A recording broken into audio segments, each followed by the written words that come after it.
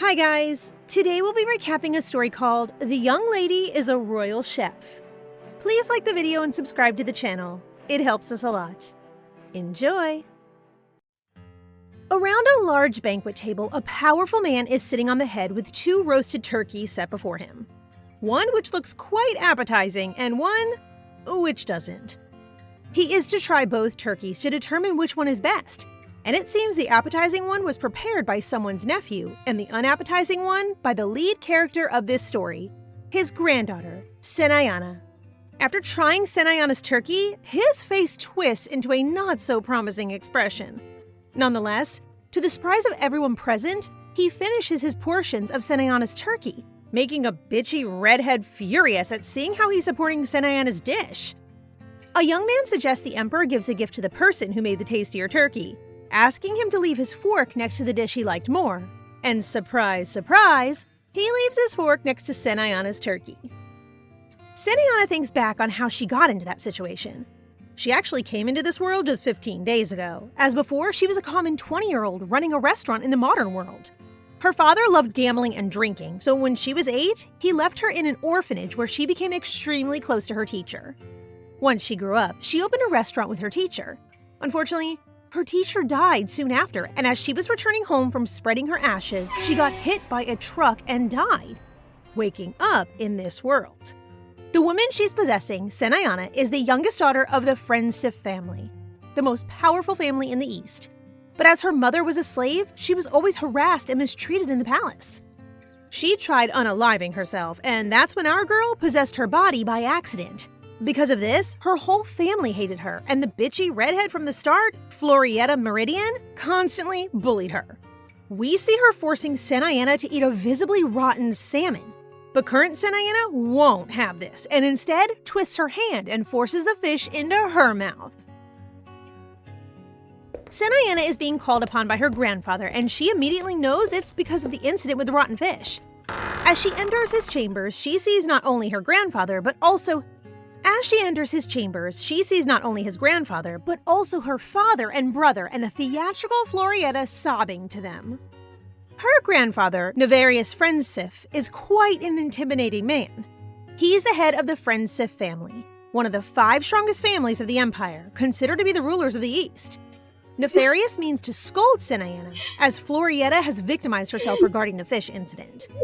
She tells Senianna she'll forgive her if she were to apologize to her. But Senianna's furious at seeing how Florietta's got everyone around her fingers with her lies. Thus, instead of apologizing, Senianna decides to tell her grandfather the truth.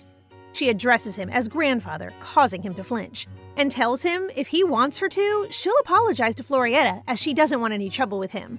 But first, he should apologize to her for giving in to her lies. She tells them that the poisoned fish was in fact given to her by Florietta, and taken aback by Senianna defending herself for the first time, Florietta admits to it, but lies by saying she didn't know it was spoiled. Senianna counters using logic, telling everyone she also wouldn't have known it was spoiled, so she isn't to blame either. Florietta snaps, yelling that the maids saw it all. But Senianna then shifts the focus of the issue, saying that would mean the maids knew the food was spoiled and decided to serve it to their masters anyhow. With that, Navarius decides to believe Senianna and dismisses an angered Florietta. Realizing how her life is in constant danger living here because of her family's hatred towards her, Senianna decides to stay strong and stand up for herself from then on to survive. Nonetheless, her memory is a bit off, as she still can't recollect everything about the life Senianna had before she possessed her. Therefore, she decides to go look for someone to help her remember. She knows she's been cast to a separate building from the rest of her family, but it is filled with Florietta's people, so it'd be hard to get someone she can trust to help her remember her life. Luckily, she recalls a maid by the name of Citron, who's the only one who stands up to Florietta, so she decides to go look for her. Senianna hears a loud slap, and as she turns a corner, she sees a group of maids huddled around Citron, who's kneeling on the floor with a swollen cheek. She immediately intercedes, demanding to know what's going on there. The head maid of Florietta's castle, Nicole, smugly replies to her that she doesn't need to know. Senianna remembers her. She used to be Florietta's nanny, and once she received her own castle, she moved in with her. She would usually aid Florietta in her plans to torture and abuse Senianna, but this Senianna will have none of it. She furiously replies to Nicole that she must know everything in that building, surprising her a bit. But she continues with her smug attitude, telling her they were training Citron for being impudent and asked Senianna to excuse them some more. However, she's got enough of this, so Senianna strides up to her and begins slapping her hard across her face. She's dismayed, yelling that she'll report this to Florietta, but Senianna doesn't give an F, firing her on the spot. Fuming, she asks the rest of the maids if they want to be fired too, and they all respond no and scuttle away. Now alone with Citron, she helps her up, but Citron seems upset by her. Senianna doesn't understand why, but she recognizes she feels a pleasant feeling when seeing her. In order to understand what she's referring to, Senianna decides to tell her a half-truth and confesses to her that she lost most of her memories after her suicide attempt. This makes Citron break down crying, telling her she wouldn't have done it if they'd run away like she'd suggested.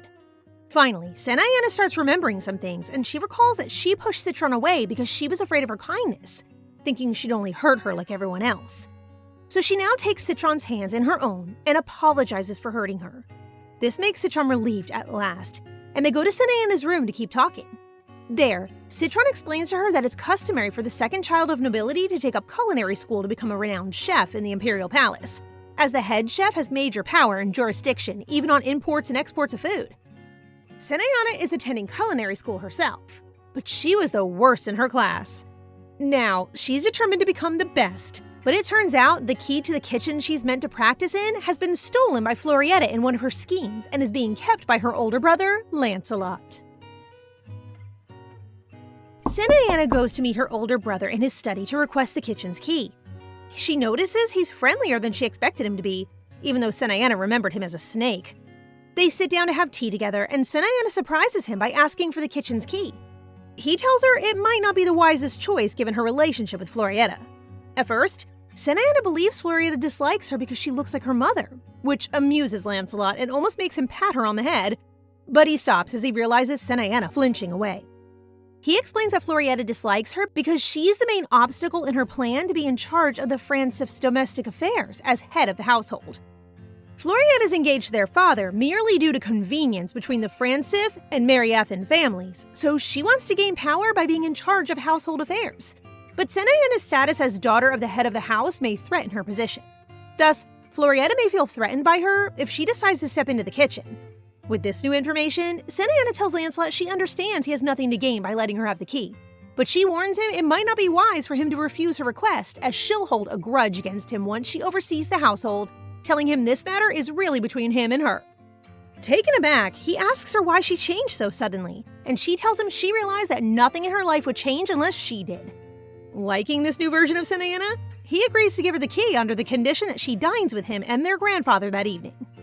Noticing he's holding his hand, Senianna tells him it's okay if he wants to pat her, knowing this will make him like her even more and could be useful in the future.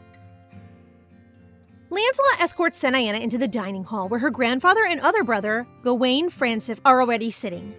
Gawain doesn't seem pleased to have her there, and Lancelot explains that they were talking when it became dinner time, so she'll be joining them. She doesn't know where to sit as she's never had dinner with them before, but she finally decides to sit next to her grandfather as that seat is vacant. The food arrives and she's delighted with the crab consommé served, as it reminds her a bit of Korean food, but she loses her appetite after seeing how harshly Gawain is glaring at her.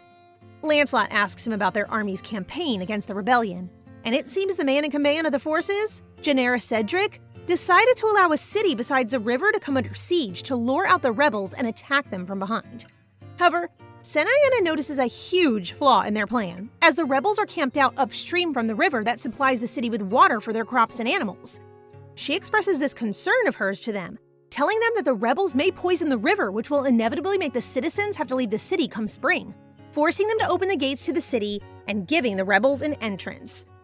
This alarms Gawain, who stands up and immediately leaves to send the general a message warning him of this possibility. After dinner is done, Lancelot gives Senianna the key to the kitchen, making her radiate with joy. He even offers to become her taster, asking her to share her food with him, which she gladly accepts. She immediately goes to look for Citron to open the kitchen's door with her. Senianna is mesmerized by the kitchen and all the appliances and magical instruments it contains. She spent part of the night cleaning it up with Citron and then went to bed, but she's so excited about it that she can't fall asleep. The very next day, Senianna goes into the kitchen and decides to prepare a spicy fried chicken as her first dish in her new kitchen. She remembers that in her former life, she used to make almost any dish using chicken as it was the cheapest protein she could afford. So she's rather good at preparing it. After she's done cooking it, she tries it and is amazed at how good it turned out. She offers some to Citron, but she's hesitant at first as she's accustomed to the previous Senianna's cooking, which wasn't so good. Nonetheless, she finally accepts to try it and is shocked by how delicious it is. She tells her that she's sure her grandfather will love it, so she decides to take some over to him and to Lancelot. Citron tells her she'll go fetch more delicate plates to serve the chicken in for them, and Senniana decides to go with her as she wants to see if she can find anything to garnish the dish with. Thus, they both leave the chicken unattended for a moment, and once they return, they notice the chicken's gone. In Nevarius's office, Lancelot is reporting to his grandfather that Senniana's suspicions regarding the rebels' plan to poison the river were right, and Gawain informs them that they were able to stop them before they released the poison.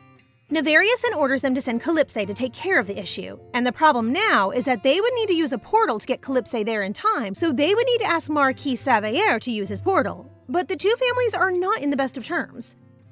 On another note, Nevarius asks Lancelot if he gave Senianna the key to the kitchen, warning him not to waste time and resources on a futile effort. To Lancelot's surprise, it's actually Gawain the one to defend Senianna, suggesting that she's changed and that maybe in her previous attempts at cooking, she wasn't showing off her true skills. Acknowledging she seems different, Nevarius decides to give his granddaughter another shot at cooking. After they leave their grandfather's office, Lancelot expresses his surprise at Gawain after he stood up for Senianna.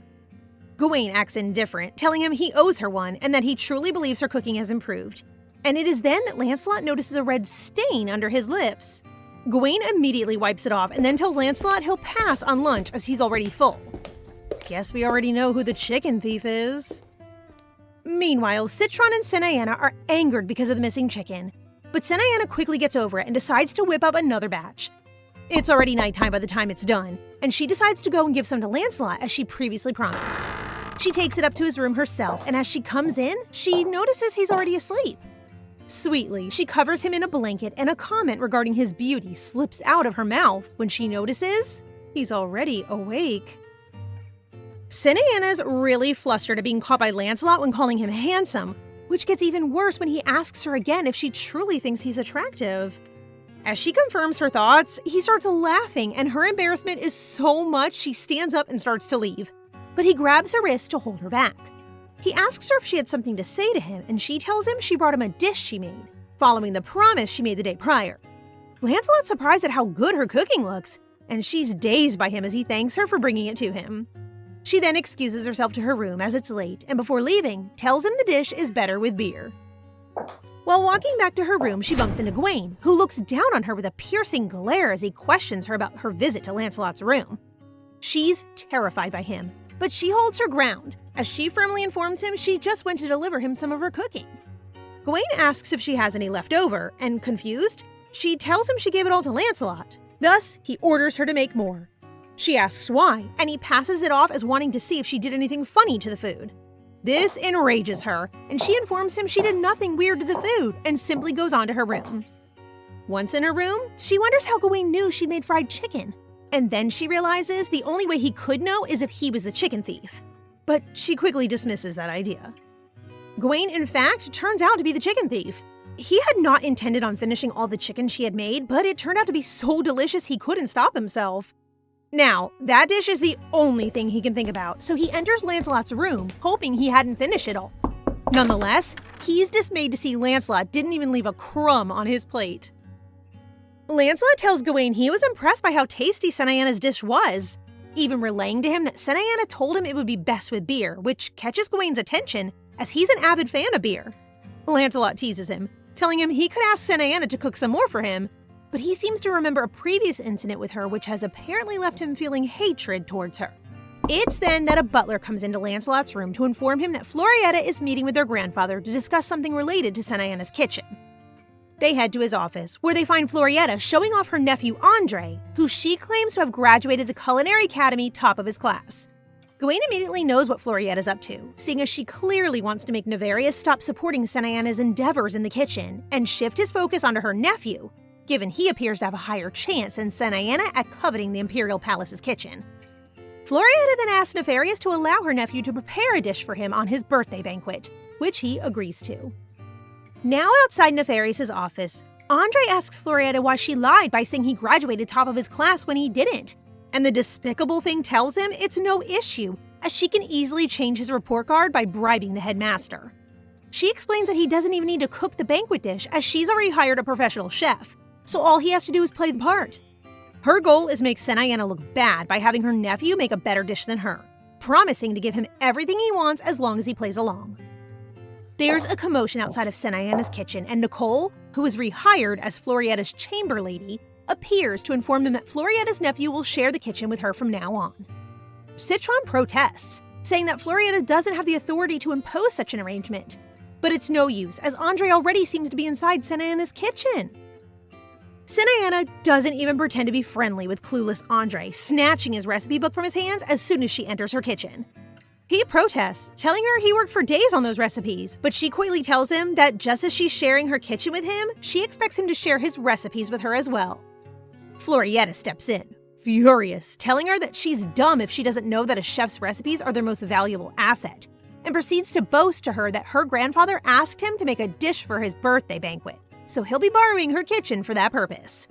Senianna then notices an array of impeccable and high-end kitchen instruments, which clearly belong to Andre, and she proceeds to throw them all onto the ground. Florietta shrieks, but Senianna calmly tells her that she's just following her own advice and making herself useful for her grandfather. She explains that her grandfather has always taught her to defend what is hers and to punish those who try to prey upon her. So she informs her that she's fine with sharing her kitchen with Andre, but they must bear in mind that she won't cooperate at all. Andre is completely terrified, begging Florietta to let him cook somewhere else, but Florietta won't budge and even threatens Senianna for this. Senianna realizes how important this banquet is for her livelihood in the mansion, as if Andre's dish is better than hers, she'll become useless to her grandfather and Florietta may sneak in an assassin to kill her while everyone's focused on her nephew. Thus, she's determined to beat him in the cook-off. She gives roasting a turkey a go, and it's good, but it's not something that will wow her grandfather. So she decides she must get information on what will suit her grandfather's palate. She figures the easiest way to get that information is through one of her brothers, and she decides to try asking Gawain, as she doesn't want to stretch out her newfound friendship with Lancelot. She gets an excuse to go to Gawain's room by taking on a chore of one of the maids, and as soon as she knocks on his door, he pins her to a wall, demanding she gives him the papers she's carrying to him. Senianna's terrified, but she's too smart to not take advantage of the situation, asking him if he'd hit her if she didn't hand over the papers. Senianna's pretty sure Gawain will hit her for disobeying him, remembering how she had to endure such beatings from the loan sharks that came after her father, and even from the director of the orphanage she was in. So she braces herself, thinking that if she just endures the pain, she'll eventually be able to ask him what she wants to know about her grandfather. However, Gawain looks more mortified than her, asking her if she truly thought he'd be the type of man to hit a woman. She smiles, relieved, realizing he might be intimidating, but he's a much better person than she thought he'd be.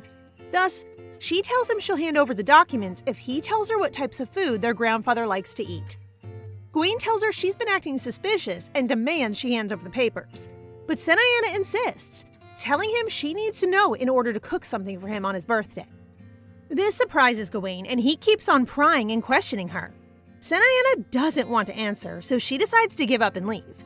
However, he gives in and tells her Nefarious likes ripened persimmons, which gets her so excited she grabs his wrist to ask him if their grandpa has a sweet tooth. Gawain is really taken aback by this, and he shyly tells her that it's not so much of a sweet tooth, but he's been liking noodles as of recently. Back in her kitchen, Senianna has figured out what to cook for her grandfather, but for that, she needs a key ingredient, which she asks Citron to get for her. Outside her kitchen, both Lancelot and Gawain are eavesdropping on her cooking. Lancelot seems quite content at the new Senianna, thinking back on how she used to be gloomy and unstable all the time, pushing everyone away. He remembers when she first let him pat her, and it gave him the feeling of a feral cat being friendly towards him for the first time. Lancelot argues that it's in the interest of their household to support Senianna, but Gawain is convinced that these endeavors on her behalf will shortly stop, and she'll leave things halfway through. Lancelot counters, telling Gawain that it's clear Senianna has changed for the better, and that she's their most effective tool at keeping Florietta and her father, Marquess Maraethan, in check. Florietta has been constantly overstepping her boundaries, and Lancelot seems to think their grandfather won't do anything about it until she does something truly unforgivable. However, she is starting to annoy Lancelot. Apparently, Florietta's father has been sending lots of gifts to some of the France's subjects so as to gain favors for Florietta, as he hopes once she marries their father and produces a child, he'll be able to use his grandkid to wield influence in the France's house. Thus, Lancelot confesses to Gawain that he'll support Senianna as long as she creates her own opportunities. Meanwhile, Florietta and Andre are trying the turkey prepared by the chef she hired to cook for Nefarious' birthday banquet. She finds the dish to her satisfaction and orders the chef to leave an uncooked turkey and leave, as her nephew will take charge of cooking it. Once the turkey is done, Florietta seems happy about how it turned out, while Andre is worried Senianna will be able to prepare something better. Florietta assures him that she's too bad at cooking to make something decent. Nonetheless, she decides it's better to keep her from presenting her dish just in case. Thus, she pays off a maid to put something in Senianna's tea while she's getting ready for the banquet, which she hopes will knock her out for the duration of the banquet. In the banquet, Florietta's rejoicing in the compliments and shoe-licking she's getting from other nobles, as she remembers that before she became engaged to Senianna's father, she used to be made fun of for being a spinster. Florietta then sees the boys arrive, and Gawain reminds her of the first time she met their father, but she tries approaching him, and he angrily takes his arm away from her grasp. Florietta is visibly upset by Gawain's disdain towards her, but what's worse is everyone murmuring around her about his attitude. Marquess Marathon is also annoyed by this. It's time for the banquet to begin, but Senianna hasn't arrived yet, and Florietta's sure her plan worked. She starts playing the part of the involved daughter-in-law, making it seem as though she's worried Senianna didn't show up yet, and making it seem as though she tried persuading her to come, but she refused. Instantly, everyone around them started murmuring awful things about Senianna.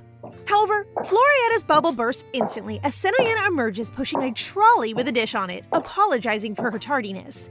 She was apparently late because she had stayed up finishing her dish, so it seems Florietta's plan was a bust from the start. Everyone takes their seat on the main banquet table, and Senianna is surprised to see her grandfather motion for her to sit beside him, a seat that's usually taken by Florietta in her father's absence. Of course, this enrages Florietta, who has to be held back by her own father. She's even more furious after asking Senianna how she got there, to which she simply replied by saying she walked, even though she seems aware of Florietta's original plan. Senianna notices her grandpa doesn't have much of an appetite, but Florietta orders the servants to bring in the turkey her nephew allegedly prepared for him. Once it's presented to Nefarious in all its splendor, Florietta nonchalantly mentions Senianna also prepared something for him, meaning to make her dish appear unimportant.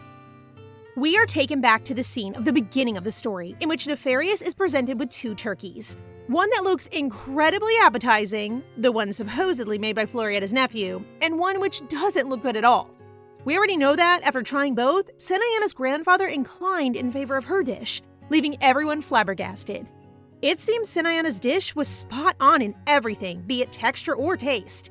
It seems she deduced from Gawain's way of describing the persimmons her grandpa likes, sweet and soft rather than ripe, that her grandfather has been suffering from dental pain, and as a consequence of that, hasn't been eating properly.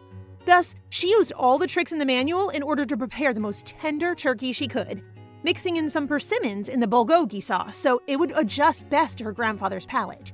Senianna is satisfied after seeing her grandfather finish his whole plate, and Lancelot suggests Nefarious fulfills a wish of the winning cook. Obviously choosing Senianna's plate, he hears her request, which turns out to shock everyone present. Senianna openly points at Florietta, claiming she has been repeatedly abusing her, and asks her grandfather to open an investigation into the matter. This obviously upsets Florietta and her father, who immediately stand to protest against Senianna's claims, saying she's lying and trying to slander her. They are outraged, yelling at Nefarious to reprimand Senianna, but Lancelot won't have any of it, clarifying that his sister didn't ask for Florietta to be punished, but actually asked for an investigation. After Marquis Marathon continues yelling in protest, even Gawain steps in, saying that an investigation will clear up any misunderstandings. Finally, Nefarious silences everyone and orders Lancelot to get Heatherwood, a former Imperial palace informer widely known for his honesty, to carry out the investigation. After the banquet is done, Senianna stops Lancelot to ask him to deliver a message to Heatherwood for her. It seems she's captured a witness for him, the maid that tried to slip the contaminated tea to her. As soon as she offered it to her, she had Citron bind her and keep her in the kitchen as she knew it must have been tampered with by Florietta. The maid had told her it had been sent by Lancelot, but she knew it was uncharacteristic of him to send it before the banquet, and to use an annex maid, lenient towards Florietta, to give it to her. The investigation report comes soon after, and after reading it out loud for the Mariathans and his grandkids to hear, Nevarius is outraged at Florietta's actions. Senianna chooses the lesser sentence for them, telling her grandfather to cut off their funds and let them starve to death. The next day, Nevarius had already ordered for all of his investments on the Mariathans to be taken back, and both Florietta and her father were kicked out of the chateau. The cutting of funds will prove to be a death sentence, as no one will dare lend money to people who are disfavored by Nevarius. As the four of them are having tea together, Senianna tells her brother she's incredibly pleased with her wish, gaining a small smile from Gawain, which instantly turns into a snark as soon as he notices her staring at him. Then, with devilish eyes, Lancelot asks Senianna to tell them the real reason why she's changed. She's not shocked to receive this question, as she knows she hasn't been impersonating Senianna the best way. But right before she can answer anything, she collapses onto the ground. She's dreaming, and she feels herself in her old body as a child, being beaten by her father's old loners. She remembers the fear and pain she felt as a young child, trying to count to 100 to endure the beatings. She's suddenly in her old orphanage playing hide-and-seek, and she remembers the loneliness she felt each time no one would look for her. Luckily, her old teacher, Miss Mia, always came for her eventually. She jumps out and starts running towards her, desperate for her embrace. And when she hugs her, she begs her never to leave her, with tears flowing down her cheeks. Presently, Senianna's passed out in Gawain's room as a physician tells them she's fainted from exhaustion and from being ill. The physician explains to them that she's probably been masking all the symptoms of the illness, saying she seems to have been used to enduring high amounts of pain. They don't believe this at first, as they remember her as someone to complain over trivialities, but as Gawain helps bring her arm up to the bed, they notice it's covered in bruises and scars. Gloomy, realizing what she's been enduring silently all along. There's a knock at the door, and an attendant comes calling for Nefarious as there's a visitor for him. But as he's turning to leave, Senianna grabs his cloak in her sleep and begs for him not to go, telling him she'll be good. By the time Senianna wakes up, it's already dawn, and she's glad she got to rest as she's feeling so much more refreshed than before. Citron immediately comes in, relieved to see her finally up. Citron explains to her that she fainted from exhaustion and ill health, demanding to know why she never said anything to her about her condition. Senianna simply brushes it off, but is terrified after being told she's currently in Gawain's bedroom. She instantly stands up and starts making the bed, fearing he might be mad at her for occupying his bed for the whole night. Citron corrects her, informing her that she's actually been passed out for 3 whole days, leaving her frozen on the spot. Citron finally gets Senianna to calm down and go back to bed, telling her Gawain said it's fine for her to stay there until she recovers, and then gleefully informing that her brothers came to see her every day. However, a few days of her resting go by, and Senianna's doing much better. All of the staff of the annex that worked in favor of Florietta were also kicked out, and Nicole was presently being tortured for having stolen some fundings of the annex. So everything finally seems to be in place. It's time for her to have lunch with her family for the first time in a while, and she's much more relaxed around her grandfather than before, even playfully scolding him for not getting his aching teeth checked out.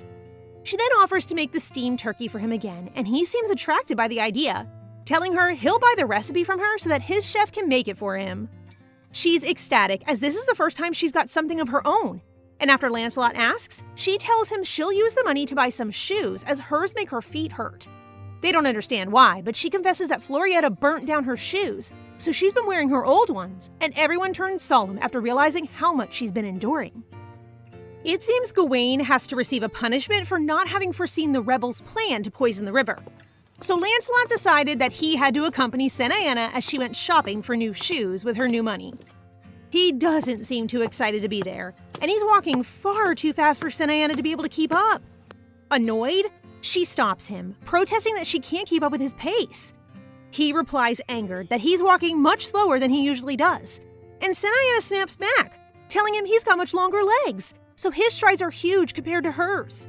He means to talk back, but his jabbering stops as soon as he notices Senianna's bleeding feet from using small shoes. So he simply shuts up and continues walking alongside her at a much slower pace. They soon enter a huge shoe shop, where a rather politically incorrect owner greets them warmly and puts his whole staff to work on getting Senianna the shoes she's looking for. There are 2 shoes that attract her in particular, a cute pink heel and a comfy pair of black flats. Gawain tells her to just get both if she can't decide, but she means to save some of the money she was given, so she finally chooses to get the black flats as they are much more comfortable on her poor swollen and injured feet.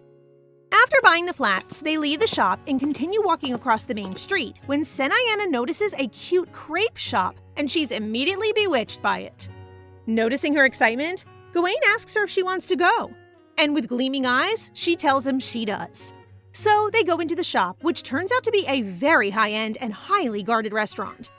Gawain tells her that he has to take care of some business, so he asks her to just wait there for him, and she tells him it's fine.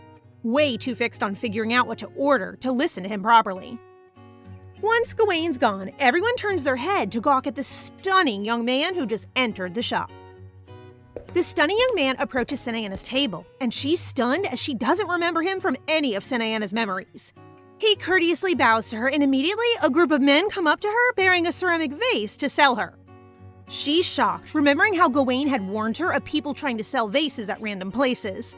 And before the blonde fellow can pitch in a word, Senianna firmly tells him she's not interested, surprising even the attractive man. Noticing how she doesn't want to be disturbed, the men promptly leave Senianna alone. Sometime later, Gawain returns, astonished to see how Senianna managed to finish not one, but 2 crepes in the time he was absent. He pays for the food, and they hastily leave as it's already dark outside. While in the carriage heading back to their mansion, Senianna gazes in marvel at the starry night sky, and is startled by the sudden appearance of Gawain's hand on her head, holding her down as the carriage trembles from the shaky terrain. Once the carriage is more stable, Gawain hands Senianna a shoebox, and she's astonished to see he bought her the pink heels she looked at previously in the shoe shop. She's a bit taken aback by this kind gesture, and she blatantly asks him why he's doing this, confessing she thought he hated her. This surprises Gawain, as he admits he felt it was the other way around, leaving Senianna confused. He tells her he hasn't forgotten about that day, even though Senianna doesn't remember what he's referring to at all. But still, he admits he feels bad for having abandoned her with Florietta all those years. Senianna's surprised but severe on him, telling him what he and the others did to her was neglect, and it was wrong of them. She's learned from her past that for her own sake, she has to eventually be able to forgive her abusers. But it's not something easily done, and she knows she's got to take her time for that. But feeling ready, she accepts Gawain's gift with a smile on her face. As they walk back into the palace, Gawain tells Senianna not to walk alone at night, and she interprets it as him warning her not to get in his way. Frustrated, he tries to explain that he was just worried for her, but after failing to do so, he simply leaves.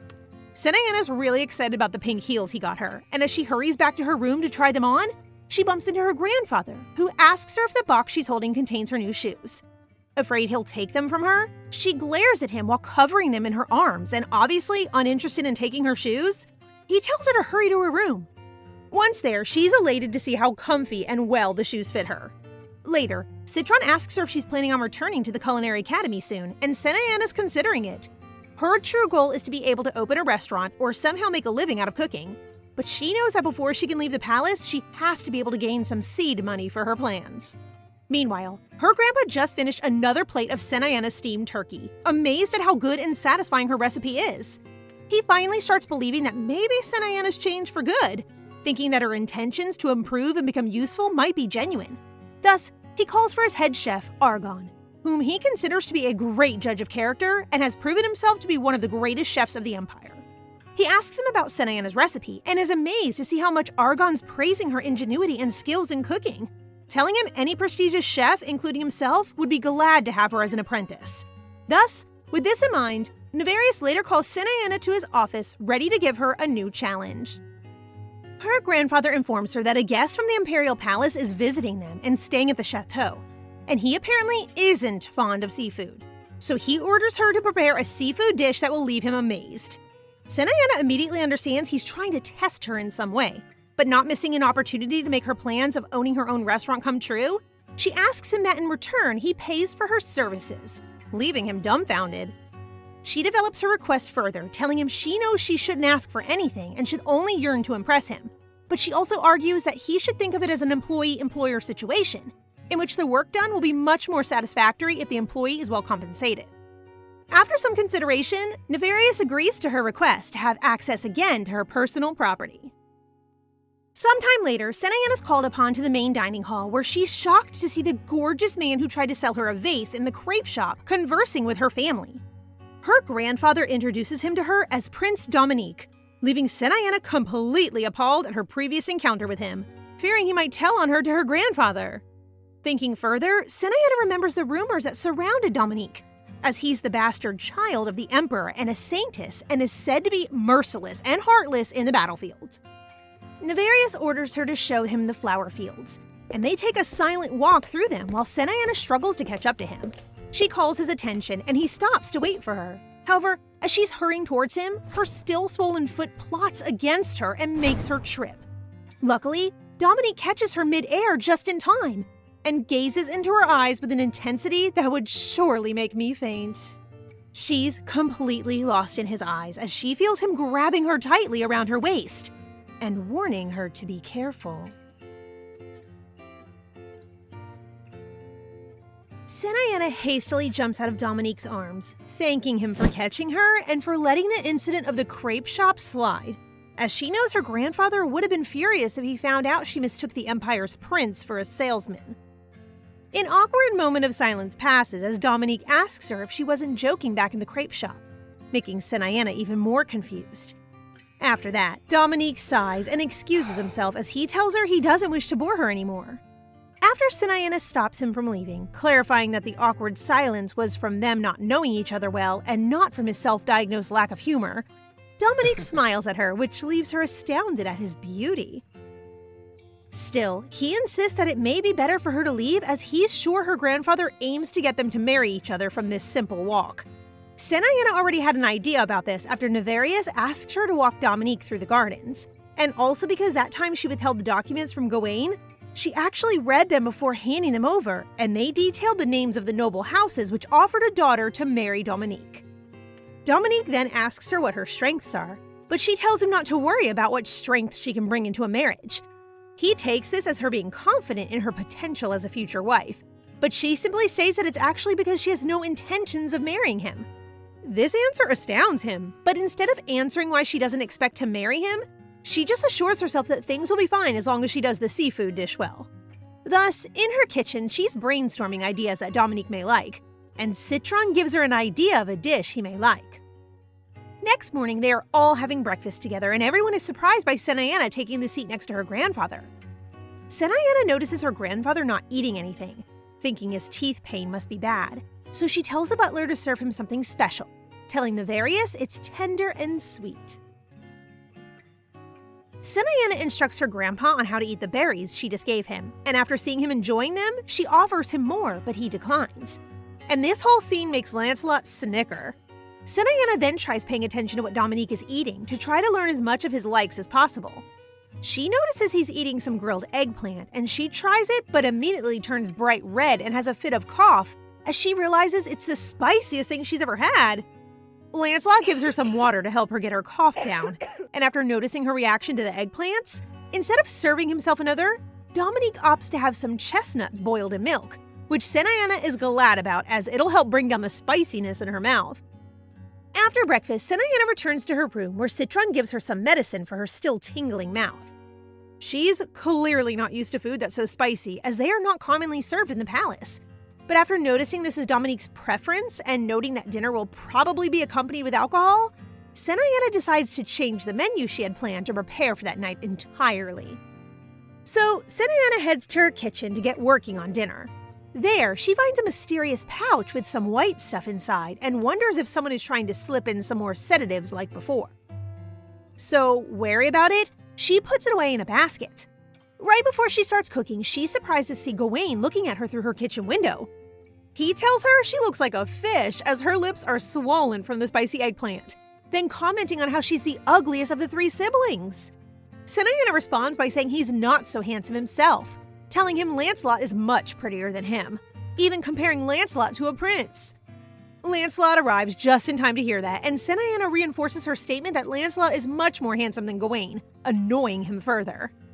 After that hilarious moment, Lancelot gives Senianna some medicine for her upset stomach, and Gawain does the same as apparently Lancelot had originally sent him to give it to her. Noticing that the stomach medicine Gawain and Lancelot just gave her looks quite similar to the powder found in the white pouch she put away earlier, Senianna wonders if maybe someone left stomach medicine for her in her kitchen as well. She has a flashback of a moment right after breakfast in which her grandfather stopped her to give her something, but in the end desisted. So she ponders if maybe he was the one who left the medicine for her in her kitchen. In any case, she brushes off this thought and gets cooking as she has to have the dish ready for supper. As she's cooking, she's being watched by Lancelot and Gawain, who don't fail to comment on her appearance, being it her swollen lips or her small figure, which really makes it hard for her to be able to concentrate properly. In any case, she finishes the dish just in time as Citron comes to take her to get ready for the feast. Before going, she gives Citron a platter of the raw dish ready to be put in the oven and cooked, telling her to take it to the main palace kitchen and tell the chefs there to cut it into 3 portions, just in case any of them get burnt due to the strong oven. Senianna's finally ready for the party and is dressed up in a gorgeous blue dress with her hair and makeup done. As soon as she enters the main room, she's flooded with surprised gazes from everyone, as the old Senianna didn't like to dress up, so everyone's astonished to see her so well prepared. Her brothers come close to her, and Gawain is annoyed by the other guests saying that they are excited to see what Senianna has prepared for the crown prince, even though their tone is clearly fake. However, before Gawain can say anything in protest, Citron approaches Senianna to inform her that all of her dishes have burnt in the kitchen. As soon as she enters the main palace kitchen, she hears the chef who was in charge of cooking the dishes blatantly lie to those around him, saying it's Senianna's fault as she doesn't know how the palace's ovens work, and saying no one had asked him to divide the plate in 3 portions, just in case one of them burnt. Citron tries defending Senianna, but Senianna's more focused on getting something out there for the prince than on the chef's lies. So, she immediately gets to work on preparing something fast, but not without reminding the lying chef that he'll face consequences for his lies. Argon is surprised to see Senianna being the calmer one in the kitchen, as she immediately took charge of the situation and began to cook. Her movements are not refined, but she does cook like someone who's been in charge of a small kitchen for many years. After finishing her dish, Senianna asks Citron to take it to the main dining table. It's served inside a small portable furnace which is not commonly used in the East, so the nobles are not accustomed to seeing it. As soon as the lid is opened, a strong and delicious aroma fills the room, making everyone's mouth water. Citron serves some of the dish to Dominique, who first tries some rice cake coated in the red sauce, and then proceeds to try a meatball. He's most surprised by the latter as he finds it not too meaty nor oily. Senianna asks how he liked the dish and shocks Dominique when telling him that it contains seafood as the meatball is a fish cake, informing him that the dish is called tteokbokki. Surprised by the seafood with a wide smile, he admits that it's delicious. Senianna is gleaming with joy, and it only furthers as she sees all the nobles present enjoy her dish. As the dinner party finally ends, Senianna is walking back to the annex with her brothers. There, Gawain asks her if she's happy about winning the deal she's made with their grandfather, but Senianna plays dumb, telling him she's just happy about Dominique liking her food.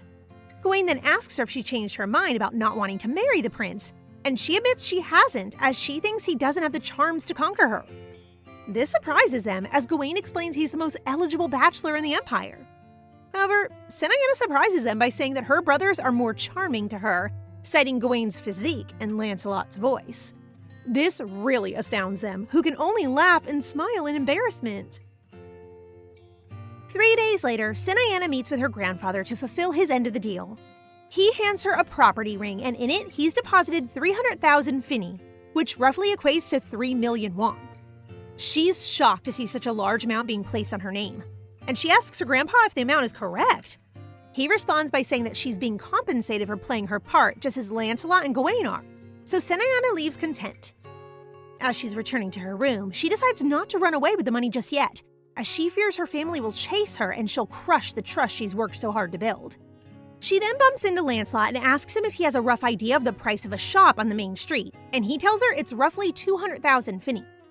Determined, she informs him she'll meet with a housebroker to find out the cost, and smiling, Lancelot places his hand on her head. This also makes Senianna smile, and after Lancelot asks why, his heart warms from hearing her tell him his hand feels warm to her, so she likes it. Citron and some guards accompany Senianna to the housebroker, who at first tries scamming her into a higher market price. However, after seeing the Francev house emblem, he becomes quite lenient, and Senianna orders him to come back to her with 3 possible properties under 200,000 finny in under a week. After they leave the broker's place, the guards which accompany her inform her that they're glad that she's changed so much, as one of them, named Coriel, tells her previous attitude looked like she was trying to destroy herself. He also admits that the behavior of her family towards her changed, telling her Gawain himself ordered them to come with her today. Instead of feeling as though her family is worried about her safety, Senianna thinks they want to keep an eye on her as they don't fully trust her yet. So she decides to go back to fully earn their trust. Meanwhile, in the palace, Gawain and Lancelot are talking about Senianna and how their perception of her has changed lately. After asking each other if they like her now, they remember the incident that happened between her and Gawain years prior. It was Gawain's 13th birthday, and Senianna had thrown a cup of tea at Gawain's face. Nonetheless, what hurt Gawain more wasn't the cut to his face, but the things Senianna had said to him, as she reminded him that his mother, the princess, had abandoned him in the Franciff palace. Notwithstanding, as soon as he heard about Florietta's abuse towards her, the image he had of her previously went away. Gawain also adds that he's noticed how she behaves around them, as if she was constantly frightened of being hurt by them. Not missing a beat, Gawain also tells Lancelot he's changed his attitude towards Senianna as well, and he admits that he's softer on her as her cuteness is starting to take him over. As he tells Gawain of the time Senianna let him pet her head, Gawain is overcome by jealousy as Senianna never let him do that to her. Lancelot advises him to be friendlier with her so that she opens up to him as well, and Gawain retorts by saying he is being friendlier, as he ordered his guards to look out for her. Senianna returns to the palace and is surprised to be greeted by Gawain, who's looking to hear compliments from her for having lent his guards. Finally, figuring out what he wants, she thanks him for the gesture, and he tries to pat his own back by saying it was good of him to do that. Realizing how it sounds, he tries clearing up what he actually means, but frustratingly fails to do so. So he simply pats her head before leaving. Once inside, Senianna is called by her grandfather to attend a meeting he's having with Commander Cedric, the one who missed the rebel poisoning plan. Once there, Navarius is shocked to learn from Cedric that the reason she rushed home was because she wanted to see him. Navarius becomes flustered after learning Senianna wanted to see him, and the commander takes advantage of this sweet grandfather and granddaughter moment to take his leave, as he previously was being scolded by Navarius for his incompetence. He leaves, and as Navarius tries holding up his cup of tea to his mouth, Senianna notices his hand shaking. She then starts asking him a lot of symptom-related questions, and Navarius is shocked at Senianna's precision when describing some symptoms he's been having. They end up calling for a physician who, after some rudimentary exams, determines that maybe they should do a full body checkup on him. Navarius then asks Senianna how she knew about his illness from his symptoms. In reality, it's because she had a regular customer in her previous life who had high blood pressure and presented the same symptoms as he did, but she just plays it off as having read it from a book. Senianna then learns he's been eating her steamed turkey recipe for almost every meal, and this worries her as it's both salty and sweet, which may worsen his health condition. Thus, she forbids him from having sweet and salty food and offers to take charge of preparing his meals from now on, which must be adapted to his high blood pressure. Navarius agrees, and the treatment begins. Aside from making him have a fruit smoothie every day, Senianna is also encouraging him to do more exercise, so they are going for walks together. As they walk this time, she seems to notice her grandfather's tone is more caring, but it quickly changes. He reminds her of Gawain a bit, and she's appalled by her grandpa telling her she takes after himself. Senianna notices her grandfather's leg is shaking from the effort, so she comes closer to him and asks him to hold onto her under the excuse that it's hard for her to walk with heels, even though he knows she's lying. Looking at her grandfather, Senianna realizes he's not the menacing man she thought him to be, but just a lonely old man. Lancelot and Gawain then enter their grandfather's office and are surprised to find Senianna sleeping there, covered in Navarius' coat. He asks them not to disturb her sleep, and then demands to know what advances have been made with regards to using Sevaire's portal. They have agreed to let them use it, but at a very high price. Their grandfather then asks about the Crown Prince, and they report that there haven't been any actions on his behalf. Still, Navarius orders them to keep an eye on him just in case. Senianna then makes the cutest sleeping face and noise, warming up everyone's hearts. Lancelot informs Gawain and his grandfather about the incident in the kitchen prior to serving the food for the prince, letting them know that in fact, the tteokbokki wasn't Senianna's original dish, and she only whipped it up in 20 minutes as a chef had burnt her actual dish. They are both astonished by Senianna's cooking abilities and appalled by the chef's lack of skills. They become furious as they learn how he lied and tried to place the blame for the burnt dish on Senianna. So after hearing that, Gawain and Lancelot immediately excuse themselves. The next day, Citron tells Senianna the lying chef was ambushed and attacked by 3 unknown men, who not only beat him up, but also cut up his lips. After an investigation on him, it turned out he was an evil scum who beat up his kid and blackmailed citizens using the Francif name, so he was immediately let go without severance pay as well. Later on, while sharing a meal with her grandfather, Senianna asks to accompany her grandfather through the palace's secret passage to the carriage that will take him to his medical examination, as she doesn't want him walking that far alone. As they walk, he asks her if she's not afraid of returning there alone, but she says it's fine, as there are other things she's scared of, like leather belts, which makes him wonder if she was hit by Florietta with a belt. They finally arrive at the carriage, and before leaving, Nevarius sweetly gives Senianna his scarf. Just after he leaves, Senianna is ambushed from behind and her mouth is covered by a huge hand. She panics, but she soon recognizes the voice of the owner of the hand as Prince Dominique's.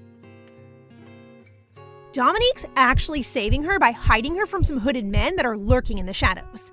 Senianna figures they must be spies that are targeting the Francif house, so she's thankful for Dominique's help as she fears what they would have done to her if they found her alone. After they're gone, Senianna thanks him for saving her, even though he asks her why she's not wary of him as well. She confesses his attitude is suspicious, but she knows he wouldn't have done anything to her, as it would have been too obvious he would be the main suspect, for he is the only guest staying at the house Francif. All of this smart reasoning surprises Dominique, and Senianna soon notices blood coming down from his arm. She hastily takes it in her hands and wraps a cloth around his wound, telling him to go back inside and seek medical help from the chateau's medics. He asks her why she trusts him so much to let him back inside, and she simply tells him that for that day, she'll consider him her savior and nothing else.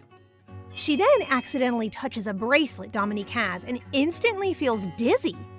After getting a hold of herself, Dominique comes closer to her, asking her if she still considers him to not have enough charm for her, taking her cheek in his hand. Back in her room, Senianna's discolored and really fatigued. She notices she's been feeling this way since touching Dominique's bracelet, and wonders if his behavior was an attempt to use his good looks to prevent her from telling about their encounter to her grandfather. A letter from the broker finally arrives, and he tells her he found a shop right next to the opera, which is 4 stories high and in her budget.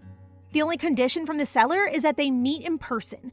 So, won over by her curiosity, she agrees to go after taking a walk with her grandfather. During their walk, they bump into her brothers, and Senianna asks them to join them in their walk. Due to his pride, Nevarius walks in front of everyone as he doesn't want the boys to learn of his health condition, and the siblings have an amusing discussion as to who is the prettiest amongst them. The conclusion of that talk being that none of the brothers come close in handsomeness as their father and grandfather in their youth. After the walk, Senianna hops into a carriage and heads towards the meeting with the broker and the property owner. The landlord isn't quite what Senianna was expecting, and by that, I mean he's gross. Like, really gross. It turns out the only reason he's offering the building to her at such a low price is because he wants to marry her. Well, actually, he says he's willing to marry her. How romantic. This pudgy little Romeo is Viscount Albindo, a 38-year-old property owner who seems to find nothing weird about coming onto a girl half his age and using a building she desires as leverage. His shameless proposal reminds Senianna that while she may have fixed her image within the Francif household, from the outside she looks like a wild child who's just starting to amend her ways. Plus, her mother was a prostitute. To someone like the Viscount, a proposition to someone like her seems generous, an unmissable opportunity. But he really is a creep. He wants to speed up the marriage as soon as possible so that she can give him a child while she's still young. Ugh! Senianna tells him firmly that she has no intention of marrying him, at which point the Viscount threatens her, calling her a monster, and saying that if her grandfather passed away right this second, no one would blink an eye.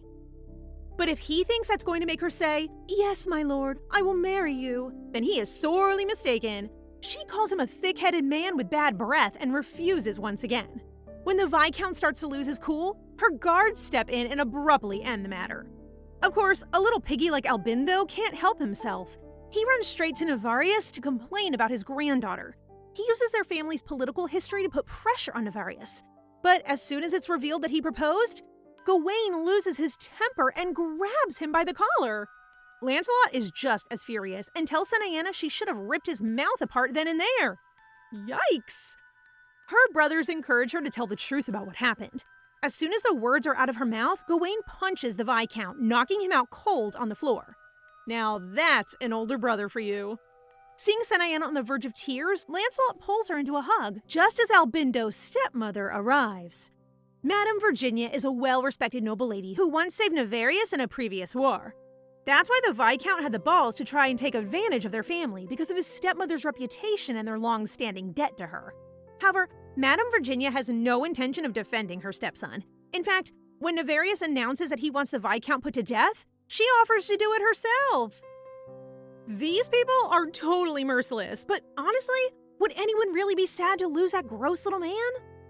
The boys drag Albindo away to give him the France of special treatment, leaving the elders to chat. Virginia admits she knew her stepson was rotten from very early on and apologizes for allowing him to become so despicable. As reparations, she offers to give Senianna the building they met to discuss in the first place, the one Albindo owns. Obviously, she accepts. It's not every day that a kind old lady can turn a traumatic event into an opportunity after all. Their meeting is interrupted by a messenger who informs Nevarius that the Merchant Guild are standing against them with the backing of House Savayer, their political nemesis. Madame Virginia is outraged on their behalf and offers more of her support. Later that night, Senianna is out walking alone when she winds up at her father's wine cellar. This area is off limits, but a familiar statue beckons her further down the path. It reminds her of a fairy tale she made up with her teacher in her past life, where touching the left hand of the statue would open up a secret passage.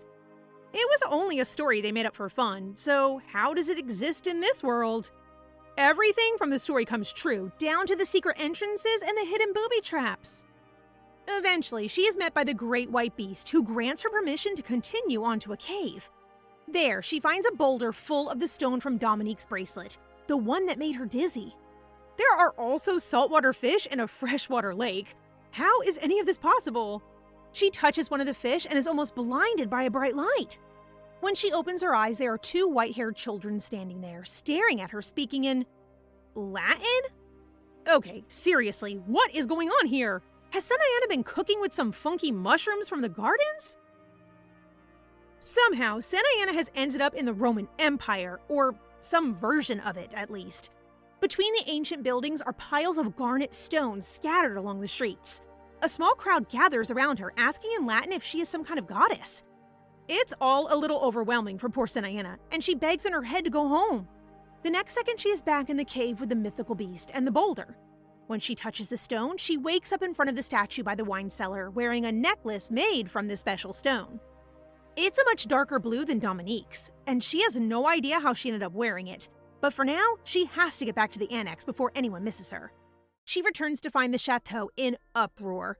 The Savayer Saintess has opened the eastern portal so powerful that they believe the barrier around the France of estate has fallen. Although, people aren't sure the Saintess has the power to make such a long-distance portal, or if it's even possible. But it does get Senianna thinking. Was that how she traveled to that distant land before? Did she go through a portal to get to another continent? Desperate for more information, Senianna runs off to the library and bumps into Dominique on the way. Like, literally slams right into him. He notices a small cut on her cheek, giving him another excuse to touch her face. But the moment his bracelet comes near, her necklace starts glowing in response. His bracelet falls apart, but before either of them can register what has happened, Gawain interrupts them. Being overprotective as usual, he grabs his sister's hand and pulls her away from the prince. Dominique leaves without another word, apparently not bothered about losing his bracelet or the near mythical interaction he just had with Senianna. Gawain warns her to be more careful around the prince, reminding her of how he slaughtered the people of a defeated nation in the past. Senianna innocently asks if Gawain is any different. He may allow their opponents to live, but if they're only sold into slavery, then is that really mercy? The prince overhears their conversation and thinks back sadly on his own upbringing. Born as the son of an emperor and a priestess, he was seen as a liability and treated as illegitimate. He learned very early that for him, life would be to kill or be killed. He was sent off to war at a young age without any protection, and himself became a prisoner of war. After witnessing the horrors of those who were defeated in battle, he vowed never to offer false mercy to his victims. In that way, his slaughter was a type of kindness, if you can call it that. Back to the present, Dominique and his guard walk back to the gates together. It turns out the royal family had been using their access to House Francif to secretly investigate a monosaurus hidden on their grounds. one strong enough to create a portal. That's what Dominique's bracelet was for. Since it's made of the same stone, it can help them discover the mana source. That must be what Senianna discovered in the cave. Of course, the Francis family doesn't know that's why the royals are hanging about. They probably don't even know about the mana source, or else they would be using it to their advantage already. You see, any source of mana requires a saintess in order to activate a portal. And traditionally, there's only one born per century. So if anyone in the family does know about the mana, they likely think it can't be accessed, since the saintess for this century is aligned with the House of Savayer. Little do they know that they have their very own portal summoner right under their noses. Maybe it was her portal that caused the barrier to break in the first place. Perhaps Savayer had nothing to do with it. Ugh, this is all getting so complicated. If you're struggling to keep up, don't worry. I'm a little confused too. In the coming weeks, everyone in the Francis family becomes very busy with daily meetings as tensions rise between the Savayer and Francis households. Senianna hasn't yet disclosed that it was her who opened the portal. In fact, she's turned her attention back to cooking. That's it, bestie. Just ignore the giant cosmic shifting feat of magic that you achieved and go back to normal. I'm sure everything will work out just fine. To help her grandfather with his blood pressure and the exhaustion of politics, she serves grilled eel over rice with candied red ginseng as a dessert. She serves pickled ginger for the other guests, but warns her grandfather away from eating it since all the salt would wreak havoc on his blood pressure. The guests, including Madame Virginia, are all touched by the sweet interaction between grandfather and granddaughter, giving Nevarius an opportunity to boast about how much of an interest she takes in his health. In the end, the tension between Savayer and Francis eases when Savayer gives in and submits a statement to the royal family promising not to preemptively attack using portals or otherwise. Nevarius' health also improves, partly because he's been eating well and exercising regularly. Her brothers have started joining their walks too. Now that there's less political tension, everyone is in better spirits. Senianna, however, has been studying harder than ever, learning as much as she can about Saintess powers and portals. She's reading in the library, reaching for a book from a particularly high shelf when a voice from behind startles her, causing her to slip. Luckily, Prince Dominique is there just in time to catch her, bridal style. He always has the best timing. But Dominique hasn't come to woo her like usual. He's come to say goodbye. In 3 days' time, he will be returning to the castle, presumably because he had no hope of finding the mana source once he lost his gem. But he's not stupid. He figured out why his mana source was attracted to her and has joined the dots. He warns her to hide her powers for as long as possible for the sake of her safety. Aww, he does care about her after all. 3 days later, Senianna and the rest of her family gather to see Dominique and the royal guards off, promising to meet again at the royal castle when they next get the chance. He reaches out, pulling her away from her brothers, close enough to plant a soft kiss against her hand as he tells her he will miss her. I don't know how she can stand it. If I was her, I would have fainted by now. Of course, her brothers aren't happy about his open flirting, and once he's gone, they warn her to be wary of men who flirt or touch her cheek. Right, as if they don't do that themselves every second day. Senianna reminds them that if the prince had taken an interest in her, it would be a good thing for House Francis. But it seems Nevarius has changed his mind about the whole marriage thing. In future, says Gawain, if any man touches her cheek, she should kick him in the balls. Well, I hope he's ready for a kick in that case. Just as she's turning to head back inside, Senianna's necklace starts to glow. Immediately, she is transported to a dark place, at the end of which is a soft glowing light. She's about to head toward it when a hand takes hers and guides her away. Elsewhere, the boys and Nevarius are waiting for their precious princess, having specially prepared tea and cakes just for her. She's late, so Gawain and Lancelot head over to the annex to find her. Of course, they don't realize she's trapped in another dimension with a mysterious stranger, but they do start to panic when they can't find her in either the kitchens or her bedroom. After searching for her, they find a piece of paper detailing her escape plan and immediately assume she's run away. But that's not the case. The truth is that Senianna is currently with her teacher, the one from her past life who tragically died and left a permanent scar in her heart. Her teacher tells her they're currently inside the portal, but she must leave if she doesn't want to be swallowed forever. Senianna doesn't want to go. It's been so many years since she's seen her teacher, the only person who looked out for her and tried to keep her safe from the evils of the world. Her teacher says she has a new family now, one who will care for her just as she did, and will love her twice as much as she did. All she has to do is open her heart and let them in. And with that, she's gone. When Senianna looks up, she's in the woods to the south of the Francev territory. She's about to go and hunt for the secret passage when footsteps announce the arrival of Nefarious, and he does not look happy. But whatever he suspects about her running away, he still cares enough to bring her home. He tells her to get on his back, despite his age and how exhausted he looks. How long have they been searching? It wasn't nighttime when she left. He brings her back home via the secret passage, where her elder brothers immediately rush to see her. They're furious, not because she ran away, but because of the danger she was in, especially Lancelot, who was clearly worried sick. Senianna is surprised to see how much they care. She didn't think they really loved her deep down. Maybe her teacher was right. Her heart was locked so tightly that she couldn't feel the love they were trying to give. When her grandfather realizes this, he asks her to move out of the annex and into the main chateau with them. Touched, Senianna agrees and promises never to consider running away again. The next morning, she has breakfast with her brothers and grandfather, and everyone is in much better spirits. Lancelot even jokes that she miscalculated her travel expenses on her escape plan, which is kind of embarrassing. It turns out she was gone for 3 whole days, though how no one has asked why she was still clean and unharmed at the end of them is beyond me. Her first thought is for Citron and how worried she must have been, but Senianna's trusty maid has fallen sick, so she's been in the medical wing the whole time. While they're eating, she suddenly remembers her teacher's parting words from inside the portal. Beware the traitor. Well, that's ominous as heck, but who in the house could possibly be a traitor? She decides to keep an eye out over the coming days. That way she can collect evidence before she brings this up to anyone in the family. And in the meantime, since she's moving into a new room, shopping with her brothers will provide the perfect distraction.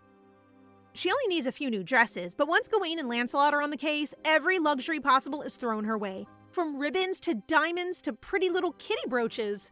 Since Lancelot is paying, he can pick whatever he wants, which includes the entire store, apparently. Ugh, what I wouldn't give for 2 rich, affectionate brothers. After their spending spree is complete, they stop at a cafe for some cake and tea. All eyes are on the boys. As soon as they show any sign of affection towards Senianna, a little squeal goes up at the nearby tables. It makes the boys wonder if she should have a friend of her own, someone outside the chateau to hang out with. But Senianna assures them that she doesn't need any more friends. Citron is her closest ally anyway. The search for Senianna created a lot of opportunities for their subordinates to mess about and try to get more money or wages for themselves. It also created an opportunity for a mysterious blacked-out figure who we see communicating with someone via gemstone. This is clearly the traitor. They're being ordered not to fail again. What they are being asked to do is unclear, but this time, the mystery figure is confident they will succeed. After the 3 days searching for Senianna, this traitor has figured out that she is the family's weak spot. If he needs a distraction or any kind of excuse, he can use that to get his way. We then see the blacked-out figure enter the Francev estate grounds, where Senianna is distributing food and injections to the commoners. He seems taken aback and asks her to explain what she's doing. But Senianna says he should know better, as the one who started the epidemic in the first place. That's when a group of guards appear, forcing the man to kneel and revealing that the traitor is none other than General Cedric. Well, that was quick. I wonder how she figured that out. After the capture of General Cedric, time passes smoothly in the Francev household. Citron returns to full health, but it turns out she has fallen ill with exactly the disease that the general planted. Soon, the truth of Cedric's scheme comes to light. A disease was spread around the people of the Francev estate and was identified as a form of measles. It turns out an old prisoner of war had a sick daughter who contracted the disease. Cedric paid her off to get a hold of one of her dresses and moved her into the center of the province to make the disease spread as fast as possible. He must have wanted to distract the family in order to turn their attention away from Savayer and the issue with the port, allowing their opponents to monopolize trade. As a reward for uncovering the scheme, Senianna received a music box and 6 properties from her grandfather. Which is great for her, but now that the traitor has been discovered, the fight with House of Savayer is back on, and it's fiercer than ever. They've decided to cut off the Francev's supply of electric stones, going against their earlier promise.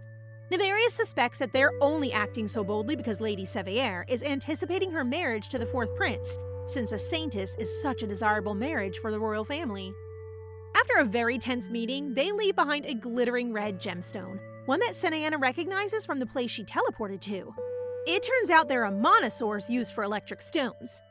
So without telling them how, Senianna promises to procure some for her family and successfully teleports back to that strange land. Just as she remembers, there are monosaurses littering the streets. She tries to communicate with a man in white robes who approaches her, but Senianna doesn't speak Latin. However, he takes a liking to the musical box her grandfather gave her, so she attempts to initiate a trade. That man in the robes was actually a prince. He tries to give Senianna something valuable in return, but all she wanted was the monosaurs, which his people see as nothing more than weeds. So he handed them over and decided to pick lots so that next time she comes, he has plenty for her.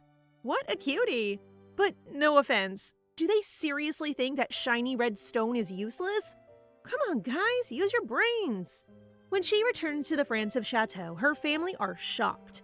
Not only did she open a portal further than anyone in history, but she also brought back urchin stones, a treasure that once caused 5 nations to wage war for 100 years. So clearly, it's pretty valuable. Navarius is very pleased. With what she brought back, they can provide electricity for the entire territory for a whole year. So now they're no longer reliant on the Savayer supply, and they have a newly acquired Saintess on their side. Navarius leaves the choice up to her as to whether she reveals her powers or keeps them hidden. 1 week later, the Savayer family return to discuss their deal. It's Senianna herself who cuts them off, revealing her ability to open portals and claiming they no longer have any need to trade with the House of Savayer. Wait, but this is huge! If she's revealed herself as a Saintess, then isn't she eligible to marry Dominique? And also in a lot of danger? Of course, it's great news for Francev, who can start to reap the rewards. Senianna returns to the foreign land known as Eltra with an interpreter in the hopes of bargaining some more urchin stones. They meet the young prince from before, who leads her into a treasury overflowing with gold and jewels. They are interrupted by a young man with dark skin who can speak enough of the common language to hold a conversation. He introduces the prince as Tristan and himself as Magnus. Despite Tristan's obvious affection for Senianna, Magnus asks her not to take anything from him. He's just a little overexcited and keeps trying to give her presents and hugs at every opportunity. What a sweetheart. In the end, using both their interpreter and Magnus's limited communication skills, they broker a deal for urchin stones with iron. As a token of goodwill, Tristan gives Navarius a pearl necklace and steals a kiss from his granddaughter, effectively laying claim to her. Damn, Tristan's got moves! Obviously, Navarius didn't respond well to that, so they finish the deal and quickly return to their own country. A few days later, a festival is set to take place in the Francev territory. Madame Virginia warns Senianna that unmarried women often stay at home during the festival. Supposedly, there's a jinx that if you see fireworks burst above your head, you will marry late. After hearing that, the boys are determined to take Senianna out to see them in person, so they make a trip into town that evening. The festival is extra fancy this year, since the urchin stones have brought prosperity to the region. Looking up at her family and the colors popping overhead, Senianna is truly content. The next day, the Marquis Savier's representatives come back on their knees, apologizing for the offense they have caused the House of Francev. Now that they have a Saintess and are self-sufficient, they are much more powerful, so it's no surprise their enemies have come crawling back. But Lancelot declares he won't be happy until the Marquis himself kneels before their house seal. It seems like things have well and truly turned against them. Even the Empress is losing interest in their lady for her son's bride. A few days later, the Marquis Savier does as requested and gets on his knees before Navarius.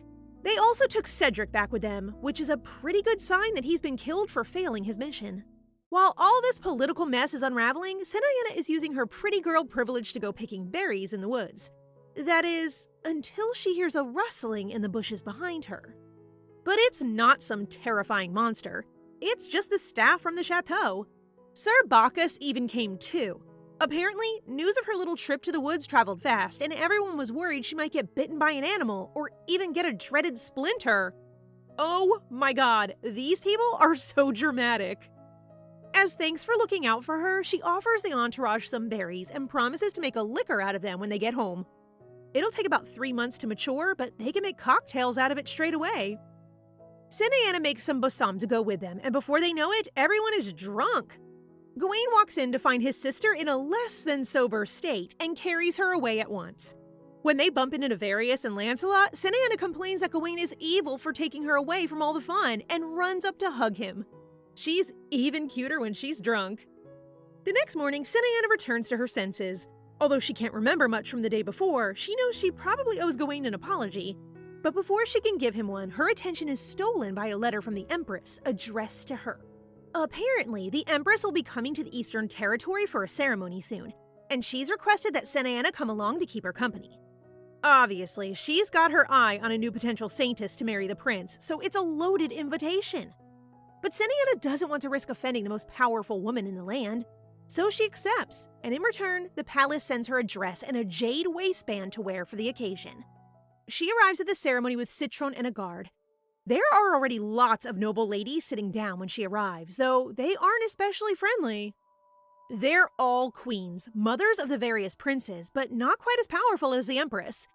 Senianna addresses Queen Rowena first, since she's the most important after the Empress. When the head lady herself finally arrives, Rowena doesn't look particularly happy. It seems the kindness she briefly showed to Senianna was in fact an attempt to get her on her side in whatever war is raging between Rowena and the Empress. Oh, Lord. It's just one political storm after another. Poor Senianna's head must be spinning already. After Rowena and the Empress have an elegantly sarcastic verbal battle, the conversation turns to Senianna. Since she hasn't debuted in society yet, everyone assumes she's enrolled in Culinary Academy and focusing on joining the Imperial kitchens. In an attempt to further impress them, Senianna stays late after their introduction in the gardens to learn how to make tea fit for the royals. She runs into Prince Dominique, or should I say, he runs into her? It's almost like he seeks her out.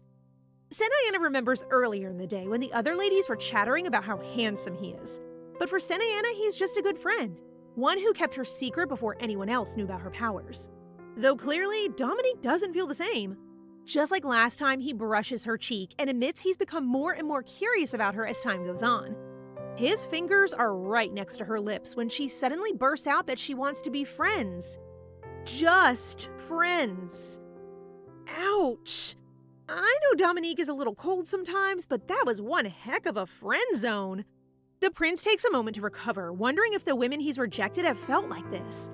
But then he agrees. Of course they can be friends. Once he's left, Citron comes over, surprised to see the prince acting so kind despite the rumors. There was one famous story about his rejection of the Duke Lamar's daughter, who was so in love with Dominique that she asked him to kill her if he wouldn't marry her. Talk about intense. Apparently, Dominique said nothing and handed the girl a sword, which seems kind of cruel, but then what was he supposed to do? You shouldn't guilt-trip someone into marrying you. The following morning, Senianna has a quick breakfast by herself in the gardens. While she's trying to eat her sandwich in peace, a few of Queen Rowena's ladies come over and call her lazy for getting up so late in the morning. Wait, wasn't Rowena trying to win Senianna from the Empress? Why are her and her company being so rude?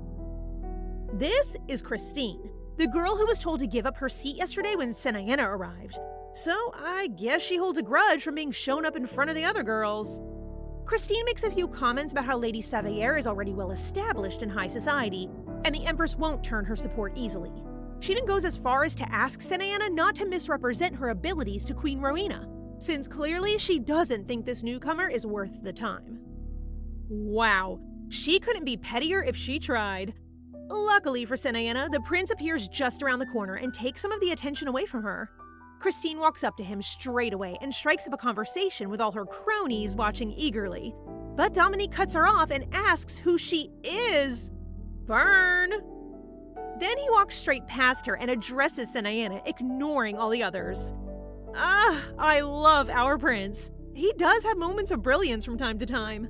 He makes a comment about her staying up all night to brew tea, speaking loudly so that everyone knows she's not lazy but industrious. Albert takes a walk beside her for a little while until he, Senianna, and Dominique find a bench a short distance away from the others to finish her breakfast. As usual, the prince finds an excuse to touch her cheek when wiping away a crumb, making things awkward between them.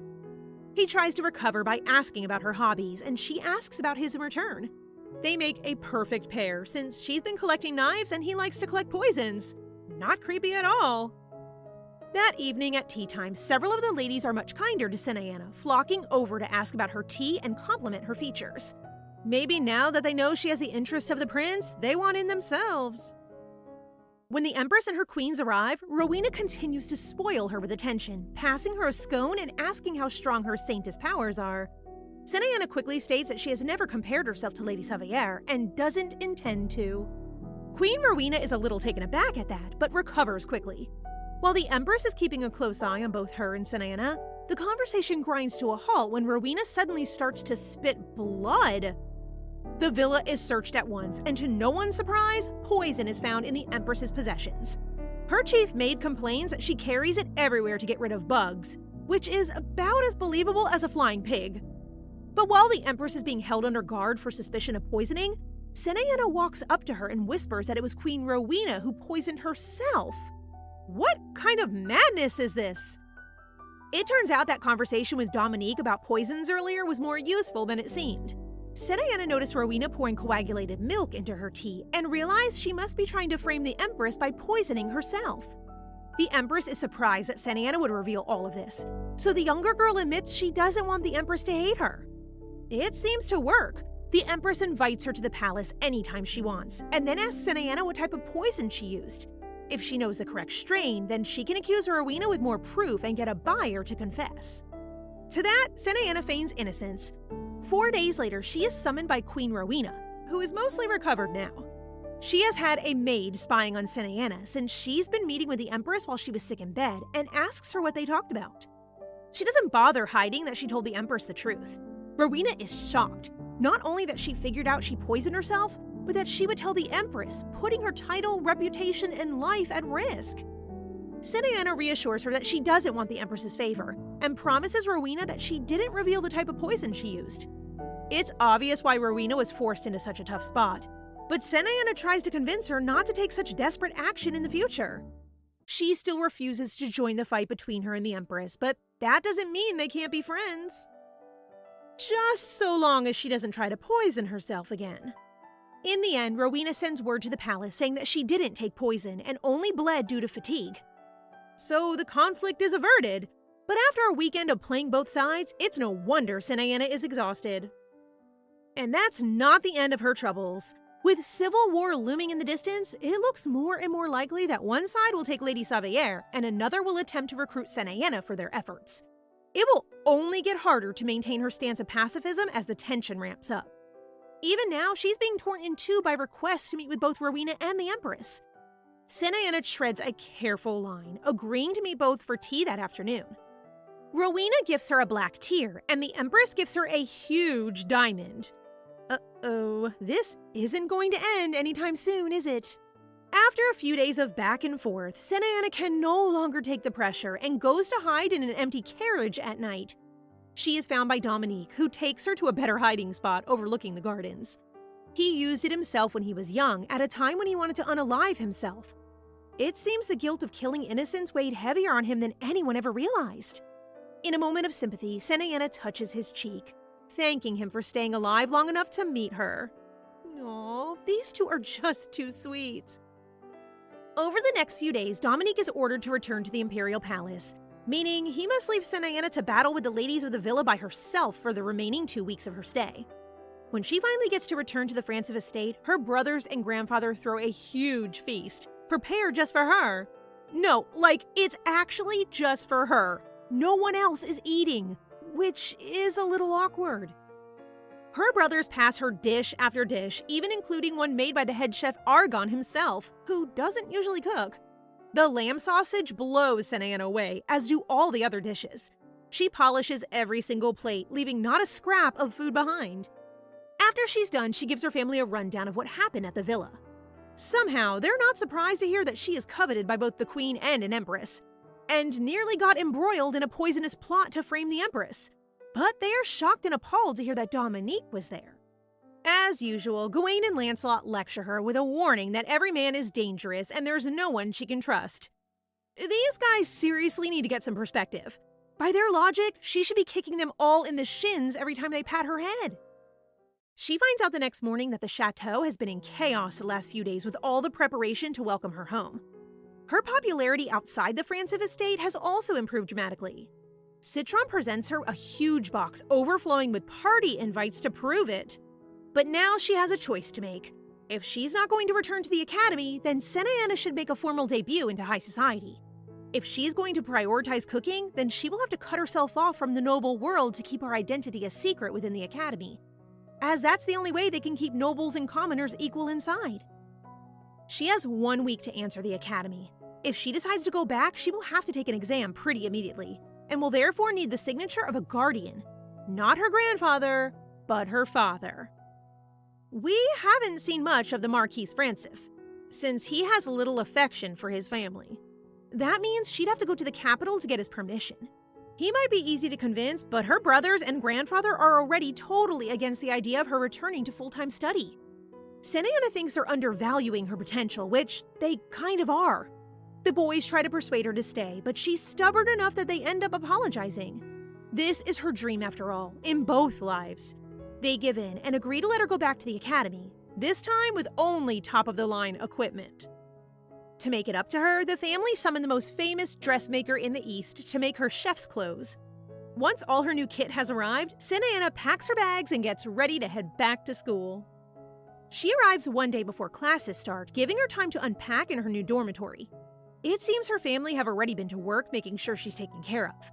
Her dorm room has only recently been repaired and fitted with every luxury imaginable. I have a feeling Lancelot had something to do with that. She has a beautiful view too, and a balcony overlooking the river. Truly, she couldn't be any luckier. Using a communication stone, she calls her brother to thank him at once for signing her up for such a good room. Immediately, Gawain and Navarius pile on, asking her a mountain of questions about her health, classes, the quality of the room. Guys, she literally just arrived! Chill out!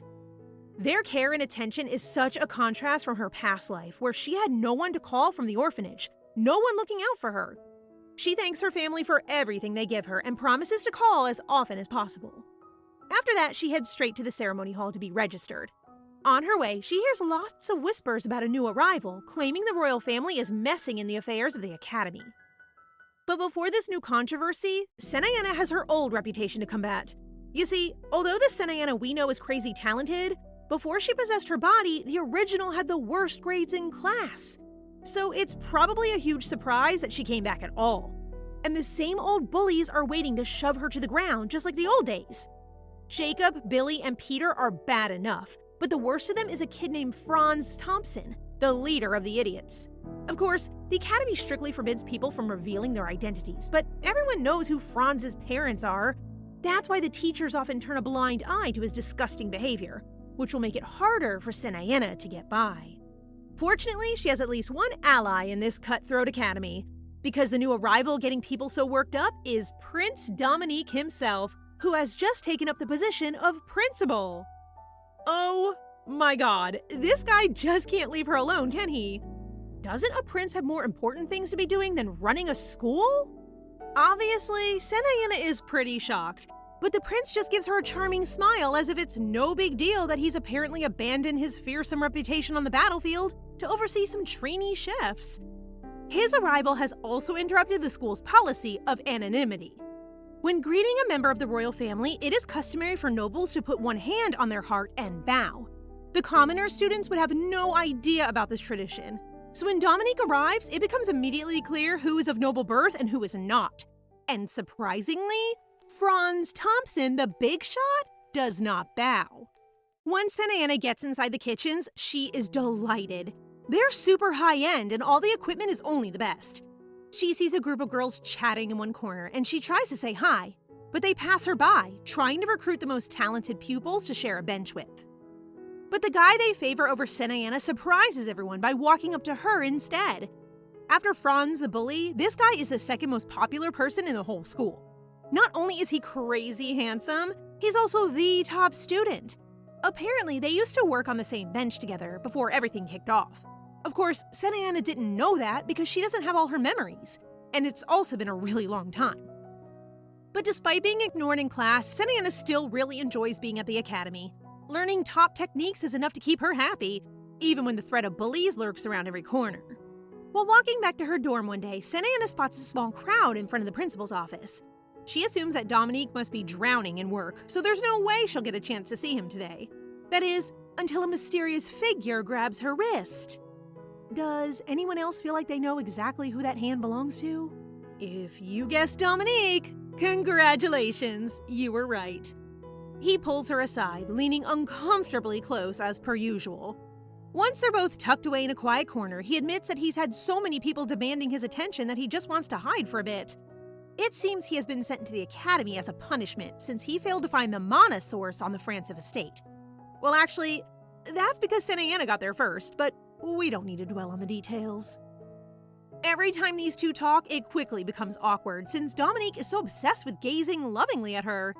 It makes her shy, which she admits to the prince, and even confesses that her heart is beating fast. Poor Dominique probably got his hopes up that she returns his affections, but Senianna assumes that she must be afraid of something. Oh my god, this girl is hopeless. Soon, class resumes again. The next subject is with a very strict teacher by the name of Jean-Luc, who warns everyone that if they're kicked out of class more than 3 times for poor behavior, then they'll be expelled from the subject completely. He is pretty ruthless, even calling them idiots and saying that no matter what they've already learned, they're still beginners. He sets them the challenge of preparing omelets, a simple dish that requires really good technique to pull off. There are 2 types of eggs laid out for them, one which look clean and appealing and one which looks dirty. Sensing a trick, Senianna takes the dirty ones, ignoring the laughter of her usual bullies as she gently wipes off the excess dirt. And it seems like her choice paid off. Once everyone has picked their ingredients, Jean-Luc immediately kicks out everyone who picked the nice eggs, including the bullies. While Franz is losing his cool, Senianna explains that the dirty eggs were the ones pointing down. It's a tiny difference, but one which proves that the nicer eggs have been preserved wrong. Jean-Luc doesn't praise her for this knowledge. He just swiftly and cruelly kicks out all the other classmates. Everyone except Senianna's bench buddy, the handsome redhead from before. She has done well to prove her expertise, but I have a feeling those bullies aren't going to let this insult slide. Indeed, as soon as she is out of class, they decide to start their revenge campaign. While she's having lunch, they pour a load of brown gunk all over her food. Now, they haven't specified what that gunk actually is, but I feel like we can guess. She was so excited to continue her learning by eating the amazing quality food served in the cafeteria, and now it's ruined. Jacob tells her that this is what she deserves for humiliating Franz and making gross comments about her giving in to be his woman. What? Just then, some more of Senianna's memories resurface. Just before the holiday, the bullies came to Senianna's room, announcing that Franz had chosen her to sleep with him, which was apparently a great honor. Ew! Senianna, of course, refused, and even slapped Jacob hard across the face. Even now, everyone in the cafeteria can hear loud and clear what they're insinuating, but they won't lift a finger to help, not even the staff. Who the heck is this Franz guy anyway? Don't they know that Senianna is from a much more powerful and far more wealthy family than anyone here? The boys pick up a spoon of the spoiled mush. They tell her to eat it and become Franz's woman, but Senianna once again refuses. She asks what's so good about Franz that she would want to be with him, and even worse, what's so good about Jacob that she should want to be friends with an ugly idiot like him? Atta girl, Sen! That's how you show him? Then, she flips the plate of ruined food in his face, shocking everyone in the cafeteria. For some reason, that's when the staff decide to step in, demanding that Senianna apologize for throwing food in Jacob's face. Of course, she's not going to give in that easy. Instead, she announces that this negligence should be reported to her supervisors, which terrifies everyone.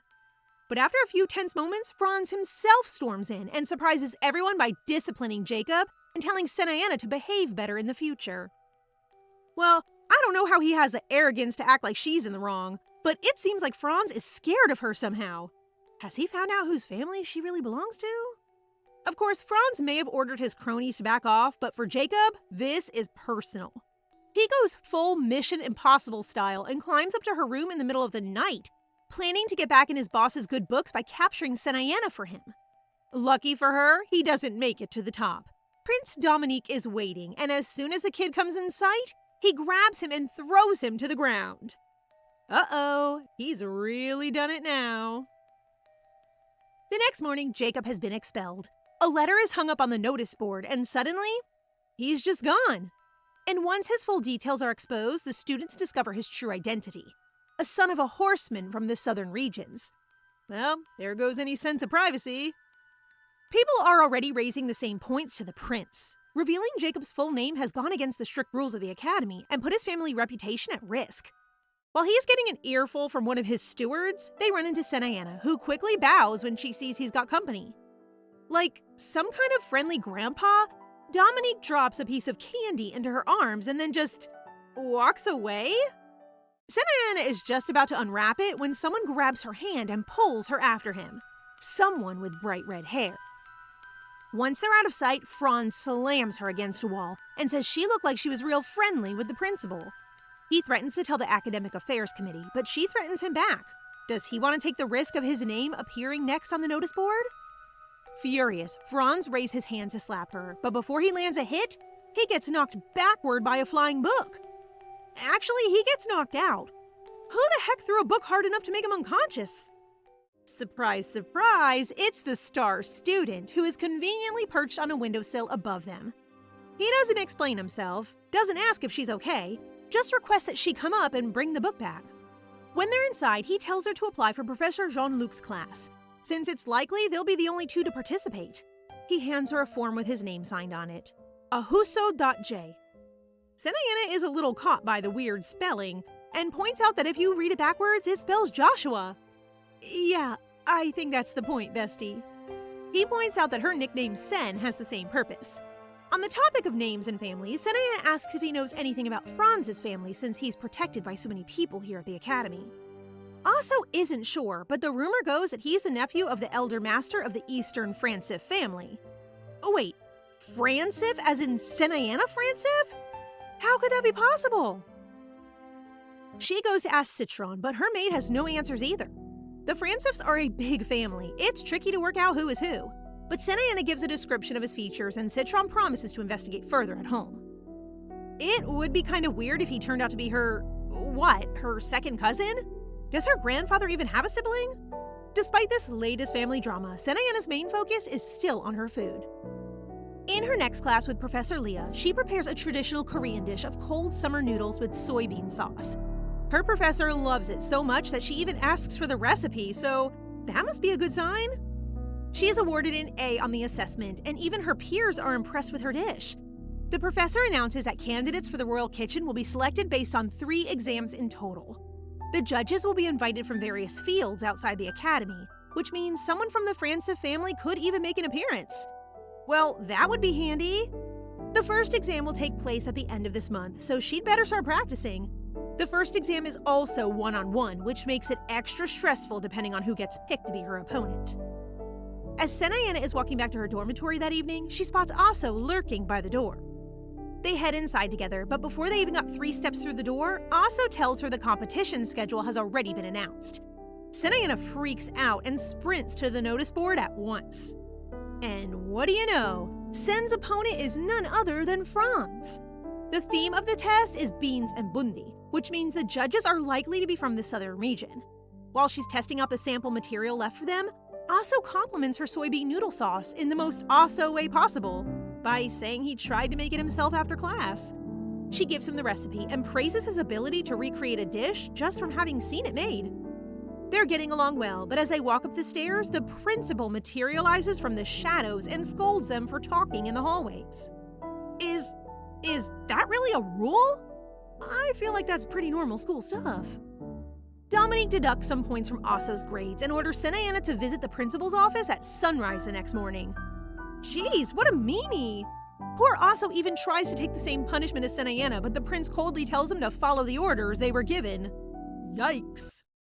When Senianna returns to her room, Citron is blinking on the communication stone. She did a little digging, and it turns out his name is in the family record, just not as a nephew. He is more like a distant relative and was actually expelled from the family. I knew it! I knew he was lying! His father cheated Navarius a long time ago, so he was cut off from the rest of the house and forced to leave. Apparently, he still managed to make lots of money, which might explain why Franz could convince his peers that he was a wealthy noble. The next morning, Senianna is up bright and early to see Dominique in his office for the terrible crime of talking to a classmate. The prince asks who that boy was, and only gets more jealous when he learns that they're close enough to call each other by name. A servant comes in with cake and tea and a beautiful spread of treats. When the prince announces that her punishment is on this tray, Senianna lifts it above her head with her arms trembling. Wow, she really can be thick sometimes, can't she? Once Dominique has stopped laughing, he tells her she doesn't have to hold it, she has to eat it. It's kind of a bribe, since the prince has to leave for the Imperial Palace for 2 weeks. He asks her not to hang out with anyone else while he's gone. And he manages to do his trademark move while he says this. I mean, come on. How many times can Senianna get something on her cheek when he's around? Sen finally considers that he might actually be jealous of Aso, but soon brushes her fears aside, assuming that he must not want students to get distracted in the run-up to the exam. Ugh, this girl is so naive. The tension ramps up as time to pick the candidates for the royal kitchen draws closer. The general chef of the royal kitchen is the second most important person in the empire. After all, everyone is hungry for a taste of that power, but only those with the top grades or who graduate first place will even be considered for a spot. The old Senianna had the worst grades in school. Can this new and improved version pull her academic ratings out of the gutter and land at the top of the pile? Practicing hard for her first exam, Senianna relies on her experience from her past life as a restaurant owner, making a classic dish using the sample material that she recognized as sancho, otherwise known as bundi, which is a common spice in China. So of course, her only option was mapo tofu. The only question she can't answer is how spicy it should be. Of course, that depends on the judges, whose identities remain a mystery until the day of the assessment. Senianna ends up cooking so long that she's alone in the kitchens when the vice principal, Arabon, walks in. He suddenly makes an advance on her, suggesting that she won't graduate anyway, so she might as well use her good looks to get married to someone from a rich family. Excuse me? She is from a rich family, and she's a saintess no less. She doesn't need any help from a creep like you. He's really crossing the line and decides to take a bite of her taster dish. And another, and another. I guess he really likes it?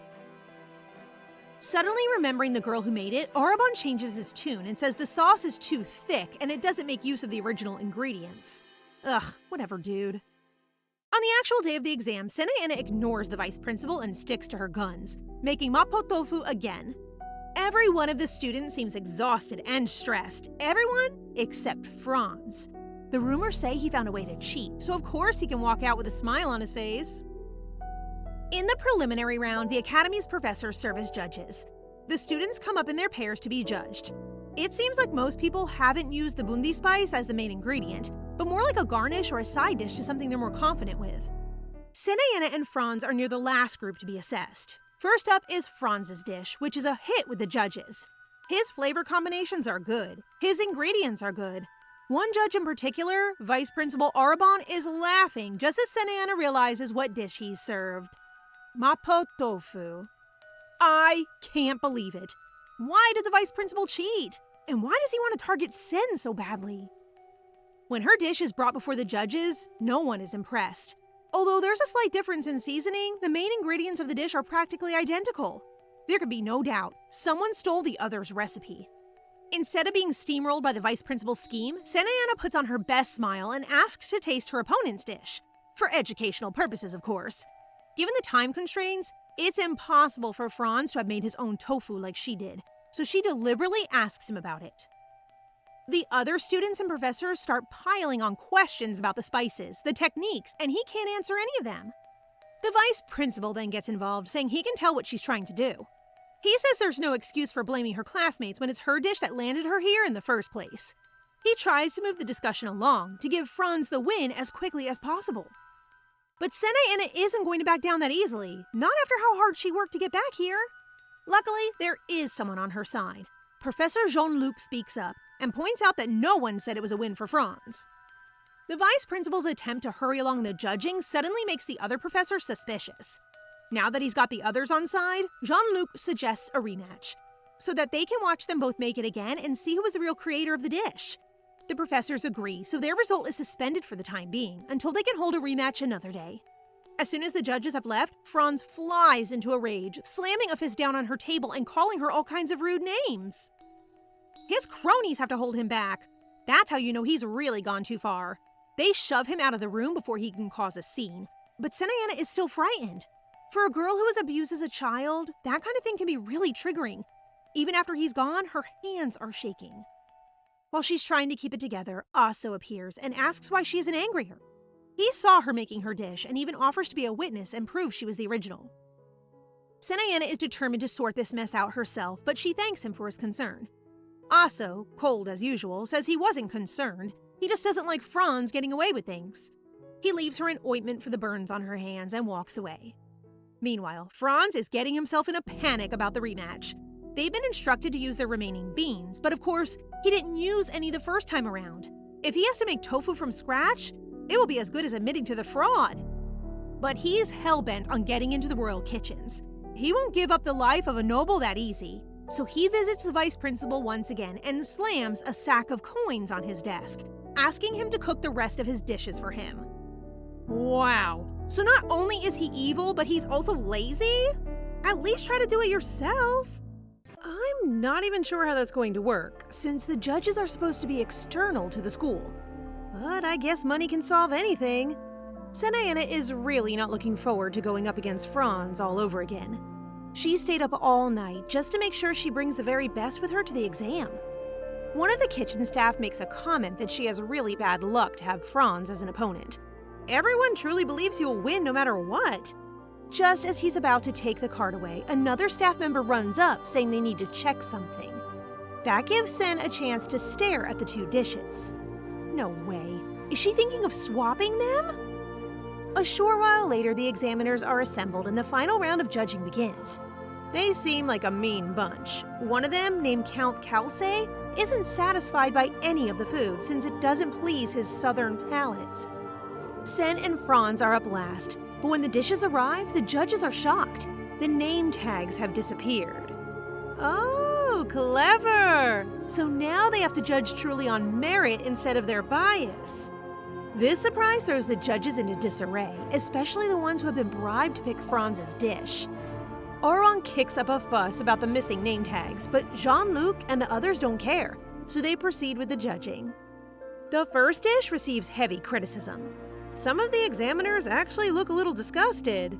Franz, of course, starts bragging to Sen, assuming the dish was hers and claiming she should be ashamed. When the second dish is presented, the atmosphere changes completely. Even Count Kalse is impressed, delighted by the level of spice in the ingredients. He finishes the entire plate and even offers to buy the recipe. Damn, it must have been really good! I just hope that one was Sen's. As usual, Franz is totally confident that his dish was the one they enjoyed. He can practically taste his victory. That is, until the Count declares that the winner should be the chef responsible for the dish with BG. Of course, Franz doesn't have any idea what he's talking about, so Sen happily raises her hand and takes responsibility for the dish of the day. Thank goodness she removed the name tags at the last minute! For the final round, Sen wins first place with her Southern-style BG stew, and Aso wins second place with his black bean pie. Dominique is delighted to hear the news, though he didn't expect any less from Senianna. For the next exam, the pupils will be guided by a professor. The prince is hoping she'll get someone in particular, someone they desperately want to recruit for the Imperial Palace. This mysterious chef has been requested by foreign princes, created over 30 dishes in the royal kitchen, and even goes by the nickname God's Hand. This figure could have easily become head chef in the Imperial kitchen if it hadn't been for one unfortunate accident. But now the Emperor has demanded Dominique re-recruit this chef for an impending visit from the Crown Prince of Attar. And if you hadn't already guessed who we're talking about, this mythical man is none other than Jean-Luc. The same Jean-Luc who corners Sen after the exam to interrogate her about her dish. He was so curious after the judges' reactions that he had to taste it himself. As per usual, he has more critiques than compliments, but he does commend Sen on her flavor combinations. And actually, it's more useful to receive that kind of feedback anyway. He puts down his tasting spoon and casually tells her it's a great dish. As if that isn't the biggest compliment we've ever heard him give. Well done, Sen! She's still reveling in the joy of the moment when Franz appears out of nowhere and grabs a fistful of her hair. He growls at her to follow. Not like she has much choice while he's pulling her like that. Sen starts to panic. There are other students around, but the guards will take a while to come, and who knows what Franz might do in that time. Thinking fast, she grabs one of the dish covers and hits him in the head. Hard. She gets him on the ground, raising the dish over her head as she yells at Franz and calls him a bully. As if he was waiting for the perfect moment, Vice Principal Arabon opens the doors to reveal Senianna in an incriminating position. He smacks the dish out of her hands and accuses her of assaulting a fellow classmate. Hello? She was the one who got assaulted first. Several times, actually. Arabon doesn't wait around for excuses. He demands the two of them follow him and settles the matter inside his office. Sen tries to defend herself, recounting the many times Franz has attacked or intimidated her, and even threatening to file a formal complaint to the school board. Honestly, I'm surprised she didn't do that earlier. Arabon then agrees that they should call both sets of parents into school, though he admits privately to Franz that this is just a formality, so Senianna doesn't go through with her threat. He's nervous to call his father, but for some reason, his dad is kind of happy? He wants a chance to expose their blood relation to the Francev family. He's not even worried about him being disowned, because he's so convinced that Franz will get into the royal kitchen. And when that happens, he's 100% convinced Nefarious will welcome them both back to the Francev circle. I wouldn't bet on it. After hearing his father's confidence, Franz starts getting excited about the idea of finally revealing which noble family he's related to. I can only imagine the shock he's going to have when Senianna's crew roll up. Speaking of whom, Sen gets a call from Lancelot and her grandfather, who just want to check in on her. But she doesn't know what to tell them. She's trying hard to hold back tears, not wanting to worry anyone. Of course, her grandfather is worried anyway as soon as he realizes she's not answering. Slowly, she starts to tell the story of her fight with Franz and explains how she's due to have counseling and might even be expelled. Lancelot calmly insists that they wouldn't expel her for just one little fight and asks her to go into more detail. That's when Sen loses it. The poor girl starts breaking down, apologizing while the tears won't stop falling. Her family assure her she did nothing wrong and comfort her. As soon as they hang up the call, the boys get hella serious, already planning their visit for the school. Lancelot is even dreaming up the best way to kill Franz, which, let's be honest, none of us would be opposed to. At school, everyone is excited anticipating the expulsion of Senianna and the arrival of the Francevs. Of course, the Francev family will actually be making a visit, just not for the student they expect. Aso runs into one of his professors who seems extra happy at the idea of expelling Sen, which is the first he's heard about the idea. When the day of family counseling finally arrives, the first man to show up is Baron Thompson, Franz's father and a distant Francev relative. Vice Principal Arabon is all over him, quick to slather praise on a man he assumes is true nobility. The Baron then catches sight of Sen and walks straight up to her, grabbing the girl roughly by the chin. Excuse me? Even the parents are manhandling the pupils now. What kind of school is this? Fortunately, the real Francevs show up just that second. Gawain grabs the Baron's hand as he turns pale, watching none other than Nefarious Francev, head of the entire clan, step down from his carriage. That's right, guys. You picked the wrong kid. Now they'll finally realize how badly they messed up. Anyway, while the faculty are in a state of shock, they make the mistake of thinking these nobles have come for Franz, which is actually kind of impressive. Do they not see that hair color? How stupid are these people? Arabon even goes so far as to apologize to Nefarious for Sen getting in his way, and offers to make her kneel down and apologize in front of him. Wow, I hope you enjoy retirement, Arabon, 'cause there goes your job. Nefarious just calmly walks past him and pats his granddaughter on the head, telling her to stand proud. That's when Arabon finally puts two and two together and nearly has a stroke. Once the dust has settled, Gawain and Lancelot turn their sights on Franz, saying he's just like his father and scolding him for using the Francev name. Oh dear, this counseling session is going to be one big mess. Lancelot, Nefarious, the Baron, and Arabon all head inside while the kids and Gawain wait outside. Franz stands awkwardly to the side while Big Brother Gawain asks lots of questions about her dormitory and whether she's comfortable at school or not. After a while, he tries to speak to Sen, and Gawain cuts him off immediately, looking more like a demon than a man. They decide to go on a walk around campus while the adults inside get heated.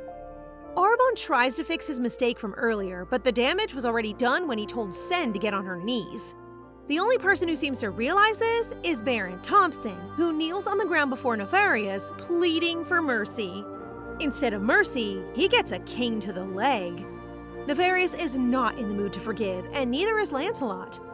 I get the feeling no one will be leaving that room until the Francis family have taken revenge for Senianna. When the Baron emerges, he slaps his son hard across the face. Whatever went on in there, I guess he must have been truly humiliated.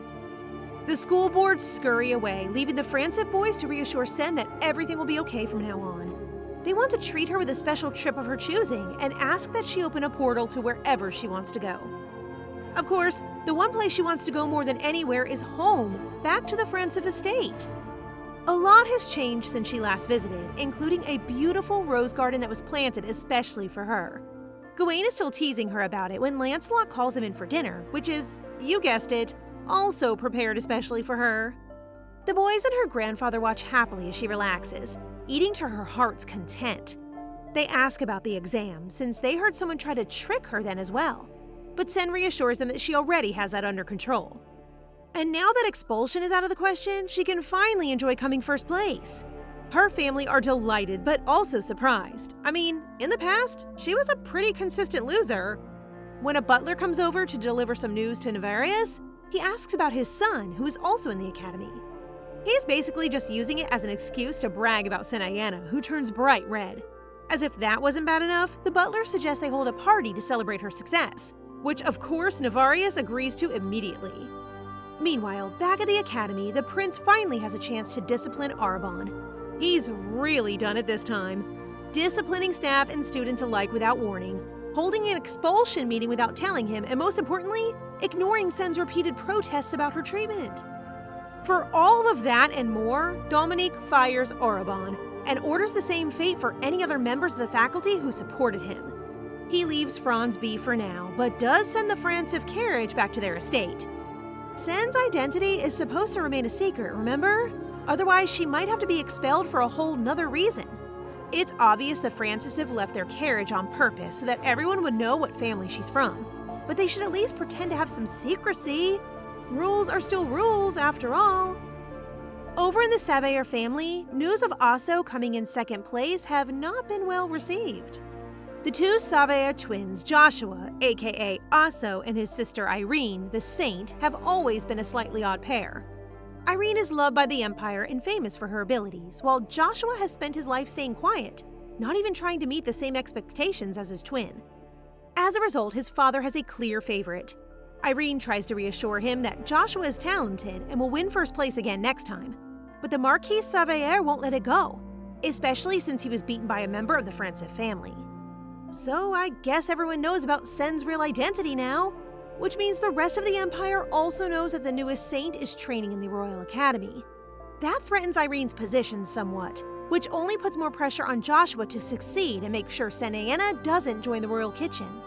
Despite this rising tension, Sen is enjoying a newfound peace at the Academy now that Arabon is gone and Franz has been put in his place.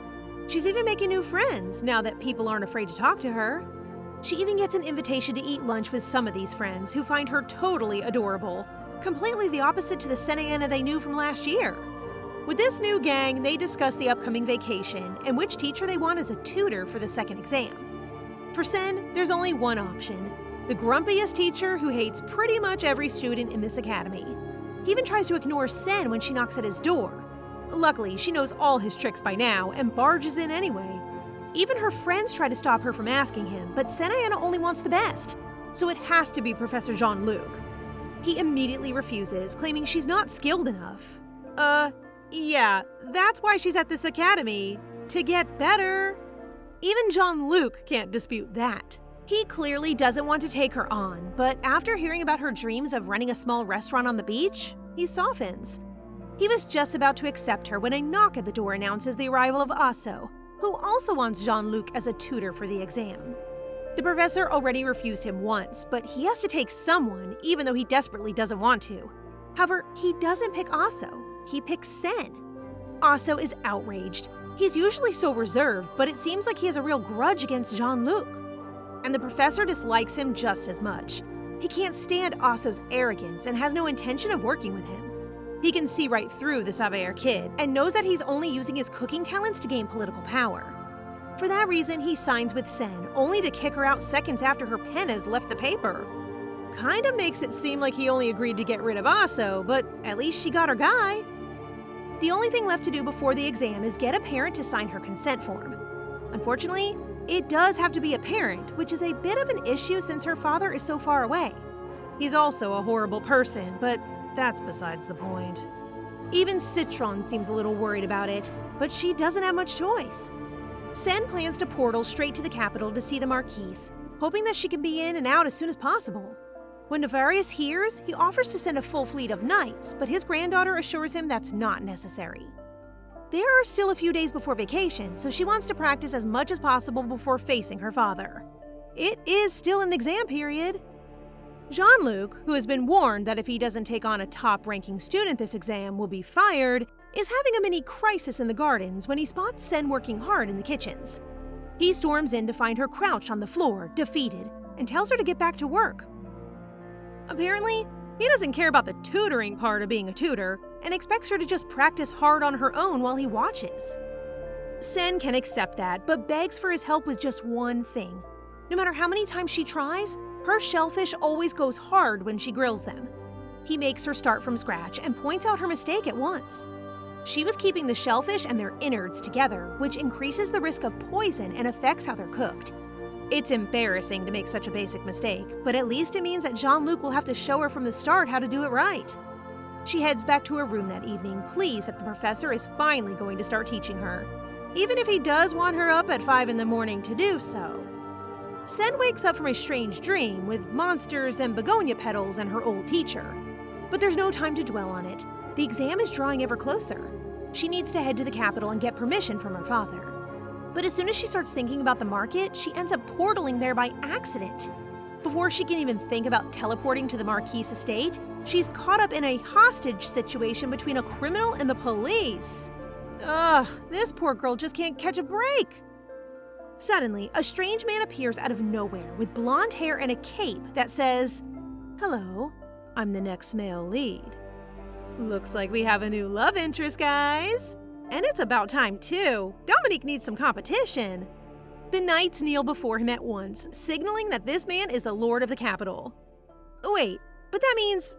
Oops, my bad, guys. I mistook her father for a love interest. This is actually Marquise Arthur Francis, Senianna's dad. But I mean, can you blame me? That man is gorgeous. The Marquise apprehends the criminal at once and picks his daughter up bridal style to carry her to the estate. Senianna is super nervous around him and doesn't know how to act. But despite her expectations, the Marquise is kind. He assures her she has nothing to fear in the capital and suggests she get some rest before they talk. Is this the same Marquise we were warned about?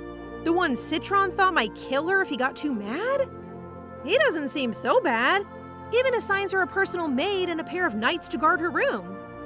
Marilyn, her new maid, tucks her into bed at once and sends her straight to sleep. It seems like the staff are making it their personal mission to treat her so well that Sen will never want to go back to the Francis castle. They've already taken quite a shine to her, so when Citron calls in via communication stone, Marilyn takes pleasure in assuring her she's being well looked after by her new personal maid. Uh-oh, that's going to ruffle some feathers. When Senianna wakes up, it's already dark. Marilyn has a small meal prepared for her and tells her not to worry. The Marquis said she could go to sleep for as long as she likes. They take a walk in the garden together, with Marilyn tending to her every need. Literally, the second she sees a drop of sweat on her face, she runs off for a fan. Wow, I need a Marilyn in my life. Sen stops to wait for her beside a fountain where her father finds her. Unsurprisingly, things are still a little awkward between them. I, for one, am still confused as to why he's being so nice. I thought he had a reputation for being a horrible, angry man. But instead of scolding her, he tells her she can play in the fountain if she wants to. Senianna resists, but he just picks her up like a little doll and lands her in the water, commanding her to play. A+ parenting, dude. Good job. Even though he's weird about it, it's actually kind of sweet that the Marquise is making an effort to play with her. I mean, she's way past that age, but at least he's trying. He makes a comment about her finding it hard to talk to him, and Sen just says she's nervous because he's known as the most handsome man in the Empire. Right. Like, that's going to make things any less awkward. Even so, it's clear that he cares about her, which is totally the opposite to what Sen was expecting. She asks him why he's been so distant, and Arthur admits he didn't have the courage to come and see her. His schedule has also been strictly controlled, but before he can explain why, Marilyn appears with that fan she promised. This girl really doesn't have the best timing, does she? At least she has the sense to know what she's walked in on and leaves them be. Arthur softens again once she's gone, recounting how she was always a grateful child whom he and his wife were proud of. Sen has never heard her mother's name or anything about her, really. As soon as she hears the name Mia, it's like she's transported back to a time where everything was easy and safe. Even just repeating the name quietly brings back warm, fuzzy feelings. That revelation opens up a newfound curiosity in Sen, so the next morning she goes to the library to find more information about her mother.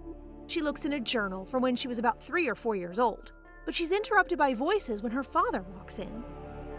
A quick look at the desk beside her proves this is his study, and she just walked in without even asking permission. He's discussing a matter of stolen hydrostones with one of his employees when the butler, Milo, storms in, announcing the arrival of a very unwelcome family member. I guess Nefarious just couldn't leave his precious granddaughter alone. He clearly doesn't want her spending an extra minute with her father and demands she return to the castle at once. Yikes, what happened between them? There's clearly a longer story to be told.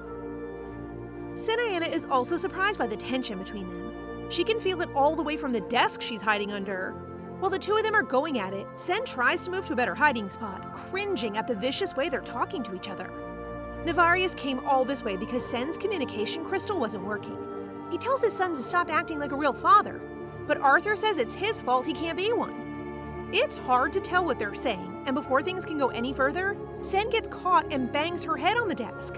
Her father and grandfather look like they're about to throw hands, so Sen steps in to stop them. She gently suggests taking a tour of the capital while she's here, a weak excuse to spend a bit more time with her father. Of course, Nefarious insists he come along too, so the carriage ride is incredibly awkward and no one says a word. Thanks, Grandpa. The Marquise wants to get some clothes for her to keep in the capital when she visits, so they head to a boutique. Everything here is far fancier than Sen is used to. Even the average dress is produced at 3 times the speed of the countryside. She tries on a few pretty pieces, melting the frosty tension between her dad and grandfather. The only thing they can agree on is that Senianna shouldn't be wearing anything that makes her look like a bride. She's still far too young for that. After trying on about 1,000 dresses, her father buys them all, and they head out for some lunch. Arthur tries to cut Nefarious off, but Sen wants him to come along, so he gives in. I have a feeling our girl is going to be exhausted by the end of the day. They visit a famous restaurant with a chef who was previously a member of the royal kitchen. They cause quite a stir among the tables. The Francis family is super famous, so everyone knows that the Marquise and the Elder don't get along. Trying to ignore the whispering, Sen gets excited by the menu and enjoys a chance to sample some non-alcoholic champagne. She really is living the high life today. Maybe letting her father and grandfather compete for her affection isn't such a bad thing. There's another slightly uncomfortable moment where the guys try to teach her how to hold a wine glass, but once the food is finished, everyone is in a much better mood. That is, until Marquis Xavier appears out of nowhere and ruins the atmosphere. If you don't remember, this is the guy who hates the Francis family so much that he tried to spread a plague in their country, and even placed the clothes of a corpse in Sen's bedroom to make her catch it. Despite all that, Sen greets him politely, and the Marquis responds in kind, suggesting she and his daughter Irene have a tea party together sometime. Nefarious steps in, but Sen knows that this is something she has to face herself. It's clear that Xavier's intentions are to spread as many rumors as possible about Sen before she gets too popular and becomes a problem. So she puts her foot down before he has the chance, curtly and firmly reminding him that it's impolite to invite someone out of the blue like this upon first meeting them. She's so sly that the Marquise has no choice but to apologize and back off. I'd call that a success, especially since now the other people in the restaurant are whispering about how embarrassing that was for the Marquise. The Francis clan leave the restaurant with their heads held high. Later that evening, while Senianna is walking, she comes across her grandfather's room.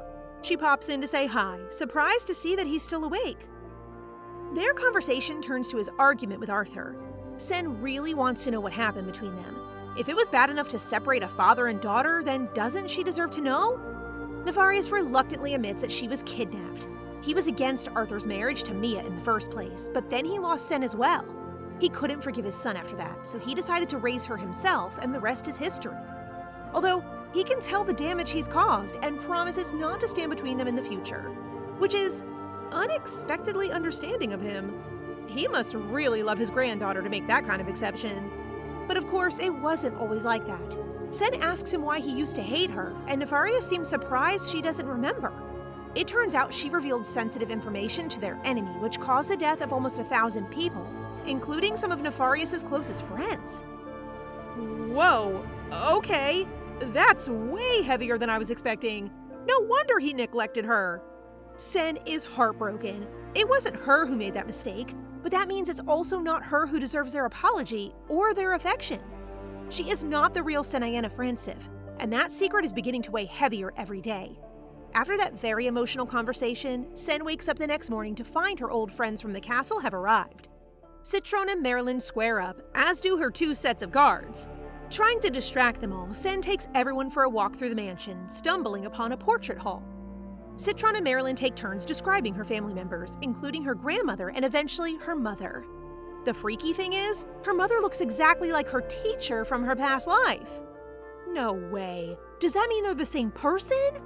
In a flashback, we see young Sen nearly freezing to death waiting for her father outside an orphanage. The angry orphanage owner sets her straight, calling her stupid for not realizing that her father actually abandoned her. The owner really hated her and always smacked her on the head for causing trouble. Why is it that manhwa orphanage directors always detest kids? Like, surely if you hate children that much, you would pick a different career path. Anyway, one day her luck changed when a pretty woman with brown hair walked into the orphanage, calling her Senianna. Back then, she went by the name Sunny, but she hated that name, so the woman offered her the name Sena instead. She held her tightly and started to cry, apologizing that she had to wait for so long. Is anyone else wondering how Sen didn't figure things out sooner? Like, this woman is clearly her mother. How could she forget such an important memory? But that still doesn't explain how she ended up in this fairy tale. Is she really from this world or the real one? My head is spinning. Sen spends the rest of the day in her room, processing this somewhat life-changing discovery. Concerned, her grandfather comes to visit with a plate of fruit to cheer her up. Sen is so grateful that she nearly knocks him over with a hug, and they sit outside and eat it together. He gets an urgent call on his communication ring, asking him to come back to work as soon as possible. Sounds like things back home are in an uproar without him, so he ends up returning home. After his departure, Arthur joins her in the garden for another heavy conversation. Sen asks why he hates her grandfather and whether it has anything to do with Mia. As it turns out, her mother was not just a pretty face. She was an enemy of the Empire, a famous warrior with a talent for battle. So of course, pretty much everyone was against their marriage. Even after she gave birth to Sen, she had to live in hiding. Maybe her true identity was why she got kidnapped along with her daughter. I mean, that would make sense. Sen knows now that he avoided his daughter not because he hated her, but because he hated himself for not being able to protect her or his wife. Arthur is shocked at her maturity and suddenly leans over her, claiming she's not Senianna. Wait, does he mean because she's grown up so much, or has he actually figured out the truth? At exactly that moment, her necklace starts to glow and Senianna slips away to another dimension. What the heck is going on? She ends up in front of a giant lion with different colored eyes. Haven't we seen him before? From way back when she first used her portal powers? As if that wasn't shocking enough, the lion then starts speaking and apologizes for frightening her. He even shrinks himself down to the size of a kitten to make her feel better. This now tiny kitty brought her to the portal because it seemed like she was upset. She was hoping to see Mia instead, of course, but this cat has all the answers. He tells her that she is really Senianna, which means Mia is really her mother. She was forced out of her body, causing her soul to search for an empty vessel in our world, which means Sunny, the girl she became, must have died before she became her. Ooh, that's creepy. But then, who was Senianna before she returned to this world? I am so confused. The cat/lion says the past Senianna is someone attached to her destiny, which maybe explains why she was such an evil girl. She might even have been trying to die so that she could go back to her original body. Damn, this plot is getting crazy. There's also some kind of spell keeping hold of Mia, which makes it really hard for her to visit or communicate with her daughter. Someone is behind all of this, but they don't know who, which is incredibly infuriating. This cat just dumped a load of crazy info and now wants to send her back. At least he gives her one straight answer. His name is Merlin, and he's her familiar, her guide, so to speak. She wakes up to find Citron fussing over her, worried about her health. Nothing has really changed, but things are different now. Now she knows the girl who occupied this body before wasn't Senianna. The real Senianna has been her all along. So she does deserve their love, their titles, and everything she's worked for. A doctor is called and confirms that she's perfectly healthy. She just needs rest. Of course, Arthur is still worried and comes to check up on her. They pick up where they left off, after that crazy moment where he doubted that she was the real Senianna. It's kind of wild, but Sen tells him the truth, that she is his real daughter who has returned after all this time. Most people would probably call her crazy, but Arthur accepts her instantly. Apparently, the magic of soul changing isn't so hard to believe. The day she returned after the kidnapping, he knew something was wrong. That's why he distanced himself and treated her so cruelly. He knew it wasn't his real daughter, which would be insane if it wasn't true. Then, when he saved her from that criminal a few days ago, he had the same instinct as when he first held her as a baby. Then he knew his daughter had returned. Well, this is all a little insane, but at least father and daughter are finally reconnecting. The next day, she puts on one of her beautiful new dresses and heads to a salon with her father. It's basically just one big excuse for nobles to get together and gossip, so naturally, it's a little uncomfortable for Sen. The Marquis is immediately swarmed by nobles who want to get on his good side, making the most of his rare social outing. While he's distracted, Senianna is called over by Christine Reagan, a consort of Empress Rowena, and a very uncomfortable blast from the past. When the Empress and all her ladies visited the Francis estate, Christine made her life particularly difficult, and today is no exception. She immediately makes fun of her for not being invited to the latest Imperial tea party, even though Irene Savier is going. But she kind of exposed herself. I mean, clearly she wasn't invited to the party either, or else she wouldn't be here right now. They end up playing a game of cards with a juicy bet to raise the stakes. The game is simple. They're essentially trying to get rid of as many cards as they can as fast as they can, and the first one with an empty hand wins. For her wager, Sen puts one of her gorgeous earrings on the table. You might think that's risky, but it turns out Sen is something of a prodigy at cards. In no time at all, she has amassed a small fortune in jewelry from the other girls until they can't afford to play any longer. Christine refuses to give up and ends up betting her family seal on one last game. Of course, Sen wins because, spoiler alert, she's actually using her portal powers to cheat, and Christine storms off, humiliated and infuriated. So Sen has had a pretty successful first trip to the salon. She earned a lifetime of jewels and made a new enemy. Yay! She ends up leaving the jewelry behind for the sake of her reputation, but takes the Reagan family seal and a bouquet of roses that her father bought her. Just as they're leaving, Arthur is informed that an invitation from the Empress has finally arrived. Looks like it's finally time for Sen to move up to the big leagues. She and her father make the trip to the Imperial Palace first thing the next day. Senianna is intimidated as heck, but she tries not to let her nerves get the best of her as they enter the Imperial grounds to meet Empress Grania. Sen is all polite smiles and formalities, but her dad knows something is up. And he's right to be suspicious, because the Empress has actually set him up for an arranged marriage. Arthur looks furious. He tells his daughter to take a lap around the gardens, probably so that he can set the Empress straight. He suggests Lily, the daughter of Arthur's potential wife, go with her. Lily is very friendly. Maybe too friendly, actually. She seems really excited to be part of the Francis family and is very complimentary about the Marquis and his sons.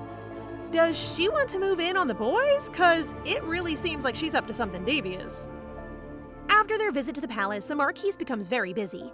He sets up a long meeting with his advisors and the prominent members of the family, including Gawain and Lancelot, who are very happy to see her. Sen isn't allowed to attend since she's not yet an adult. She takes a long shower to distract herself and emerges to find Lily Lager getting way too comfortable with her brothers. She even asks Sen to give them some space so that she can get to know them better. Ew!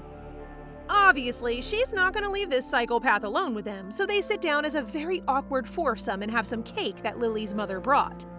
The boys refuse to take even one bite and make a point of being affectionate to Sen, their real sister, when they're finally called back to the meeting. Meanwhile, Lily continues to cross every line imaginable, inviting herself into Sen's room and even asking if she and her mother can take it when they move in. Fortunately, her father interrupts and invites Sen to dinner, very bluntly asking Lily to return home. He's exactly the kind of person you need in this situation. But she goes one final step too far, asking to take home the bouquet of flowers that Arthur gave his daughter yesterday. Sen finally snaps, which is exactly what Lily was hoping for. She tries to make her look bad for being unreasonable, but there's no way the Marquise was going to fall for that. He calls her and her whole family disrespectful and kicks her out of the mansion at once. Finally! 2 days after the incident, Lady Lager returns with her daughter to apologize for her behavior. They also deliver an invitation to the Empress's tea party, which she technically shouldn't be allowed to attend before her debut. Looks like the Empress is really doing her best to make this marriage work. She can't exactly refuse a direct invitation, so she turns up and does her best to act polite, even in front of nasty old Christine, who of course also received an invitation.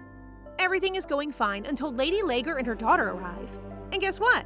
Lily is wearing the exact same dress as Sen. She must have ordered it specifically to match after seeing it in her bedroom. What a creep! As if that wasn't weird enough, she even bathes with the same oil as Senianna. Now, that really is too far. Everyone can feel the tension, so Grania sets the young ladies a challenge to bring a meaningful item that will please the Empress from anywhere in the palace. It seems like she hid something special, so Sen is pleased when she finds a random plate of perfectly prepared sandwiches inside. These would be perfect to go with her card game. I just hope Lily doesn't find a way to mess this up. Senianna returns to the tea party with her little sandwich slices. As soon as Lily spots it, she starts making fun of her and even offers to give the silver-jeweled peacock that she found. She always has to go for the biggest, flashiest option, doesn't she? The girls all gather in front of the Empress with different offerings that represent aspects of the Empress. When it comes time for Lily to reveal hers, she snatches the sandwiches from Citron and presents them as her own. Well, that wasn't very subtle. I hope Her Majesty is sharp enough to realize what just happened. Despite the gossiping guests, the Empress approves the offering and says it's exactly what she was looking for. So Sen was correct. The story behind the sandwich is related to one Duke Louis, who was so into a card game that he didn't eat when he visited the Imperial Palace. The point is that people should never be so obsessed with winning that they don't exhibit common courtesies. Sen got the hint when the Empress suggested her ladies play cards during her search.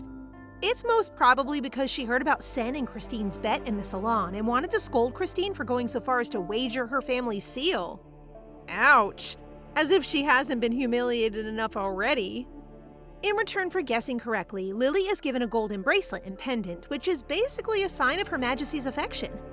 Marilyn is so angry for her mistress that she starts to shake. Sen assures her that it's fine, but the Empress notices and comes over to ask what's wrong. Senianna doesn't mention the switching of gifts and only pretends to feel a little sick, asking to be excused.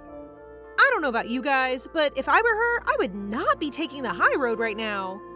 After retiring to a private room, Sen reassures Marilyn, who could have gotten real trouble for speaking out at a noble tea party.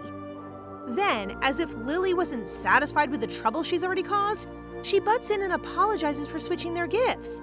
She acts like it was all a misunderstanding, as if she did it for Sen's sake to give her a better shot at winning. At this point, Sen has had it up to here with the dramatics. She doesn't show an ounce of sympathy for Lily and calls her bluff instead. About the dress, about her argument with Christine, about the roses in her room, she calls her out on every little thing. Lily just smiles her creepy little smile and tells her to be careful. If someone overheard, they might think she's jealous. Then she goes back to being all innocent and suggests they start again as friends. It's not like she can tell anyone what really happened, so she thinks Sen has no choice but to let her get away with things. But the truth is, Senianna really doesn't care. Her family and reputation is strong enough to withstand something as small as Lily Lager, and she refuses to be a pushover. So Sen confidently heads for the door, promising to tell the Empress every word she just said. Before she can touch the handle, her father walks in, asking if there's any trouble. Like an actual psychopath, Lily instantly changes her attitude, acting meek and offering Sen the Empress's pendant. She makes it seem like they had a fight, like Sen was greedy for a chance to go to dinner with the Empress and made her feel bad about it. The Marquise isn't stupid and doesn't take her word for it. He turns to his daughter, who promises to tell him the full story later. But first, she tells him not to get married, which is all the answer he needs, really. Lily's calm facade starts to slip just as the Empress herself arrives. That's when Arthur announces that he's already refused the offer of marriage. Lady Lager herself doesn't want the marriage anyway. It seems like the only person who was really interested was Lily, since she's so hungry for power and money. The Empress leaves. She's a little ticked off, but she accepts the decision of both parties without any protest. Trying to smooth things over, Senianna commits to writing a thank you note for the Empress. Gawain suggests they head to the Glass Palace to help her focus, but really, he just wants to spend more time with his sister before she returns to the academy. The Glass Palace, by the way, is this beautiful space with a ceiling made entirely of glass. It's a perfect place to watch the stars and listen to a sonata played by your handsome and talented brother Lancelot. That is, if you're Senianna. She asks him to play something, but Gawain flinches. That's when she remembers something Citron told her a long time ago. Lancelot's mother was very strict and not particularly affectionate. She made him practice the piano until his hands bled. After her separation from the Marquise, she never once cared to check in on her son. So when she left, he destroyed the grand piano and never played again. Poor Senianna feels super bad for bringing up all those bad memories, but to her surprise, Lancelot agrees to play a little something, just for her. How sweet is that? The next day, Sen finds out that the Marquise was forced to hand over a tower in the country for disobeying the Emperor. Gawain and Lancelot are going to visit with their father to prepare for the handover, so they ask Sen to open a portal. Only, it doesn't work. For some reason, she just can't summon it. Sen feels really bad for letting down her family, but there's not much she can do. After trying countless times, still nothing happens. And this is kind of a big deal. If she can't summon a gate to the towers, then they can't give them to the Emperor in time. Does that mean Arthur will be forced to marry Lady Lager after all? Senianna can't stand the idea of being sisters with Lily, so she becomes determined to solve this problem, no matter what it takes. She joins a meeting with her brothers and father, asking for a rundown on the situation. They have 3 days to hand over the stones being kept in the tower. The easiest thing to do would be to move the deadline, but she's worried about the reason her powers aren't working. The barrier surrounding the Imperial city is a lot more sensitive than elsewhere, so that might be playing a part in her troubles. After thinking carefully, she decides the only solution is to return to the Imperial Palace and meet with the Empress. Luckily, Lily left the pendant behind after they fought, so she can use it as an excuse to come to the palace for dinner with her father. Fortunately, the Empress accepts, and soon the day of the dinner arrives. They've already rehearsed what they're going to say about why the gate isn't working, but that doesn't make Sen any less nervous. After all, she's about to meet the Emperor for the first time. Octavius Rosen Carlton is an exceptionally intimidating man. But fortunately, he looks enough like Dominic that she isn't too scared. They sit down for a very fancy dinner with several other guests, including concubine Rowena, who is still very fond of Sen. She's very useful for changing the topic of conversation when it veers towards the portal gate, but they don't end up talking for long. Barely a few minutes into the meal, an attendant barges in, announcing that the Emperor's mother has fallen again. Obviously, that's not good news, but it is convenient timing. While the Emperor and Empress are busy checking on her, Sen can walk around the gardens and try to open a portal from within the palace grounds. While trying to find a place to practice, she stumbles upon a very intimate scene between a blonde boy and a girl who looks like one of the palace servants. Dude, who goes at it in the middle of the day like that? Couldn't you wait to find a bedroom? As you might have guessed, this man is one of the princes. His name is Michael, and he's actually supposed to be marrying Irene Savier at some point in the future. Someone should probably let her know that her future hubby is out doing the nasty in the bushes. To Sen's embarrassment, he comes over to introduce himself with a very notable lipstick stain on his cheek. He wipes it off and suggests they return to the dinner party together. Sen is about to take his hand because, well, he's the prince and she can't exactly refuse, when Dominic appears, and boy does he look mad. Michael tries to keep Sen to himself, but the crown prince is having none of it. He takes Sen by the hand and gently draws her away from his troublemaking brother, who doesn't seem the least bit scared of his stormy expression. While the two of them are having tea together, the Empress Dowager is having something of an episode in her chambers. She can hardly recognize people and seems to think her son is a killer. It's all a bit confusing, but strangely, one of the few people she views fondly is Arthur. She asks about his daughter and then asks to see her. It kind of seems like she thinks Senianna is still a baby, but no one is going to correct her when her mind is so fragile. It's really quite sad. Dominic escorts her most of the way, but refuses to enter the Empress Dowager's chambers. Apparently, she won't welcome him, so Senianna enters alone. The ex-Empress is very affectionate to Sen, despite having never met her before. It turns out she's the one who gave her the name Senianna. Unfortunately, they can't talk for very long because the old lady pees herself and everyone starts to freak out. She can tell the Empress Dowager is ashamed, so Sen kindly tells her she did nothing wrong and suggests they go to wash up together. The other nobles are amazed. The emperor's mother never listens to anyone so calmly, but for some reason with Sen, she is perfectly well behaved. The emperor is so grateful that he asks her to stay for a while and keep looking after her. Here we go again. Can this girl just stick to one thing? Saintess, royal chef, and now a royal nanny? Someone give her a break already! Actually, the emperor just wanted a few days so that she can teach the maids how to better serve his mother. He even offers to give her a royal medal, which means any staff or servants have to treat her like a member of the royal family while she wears it.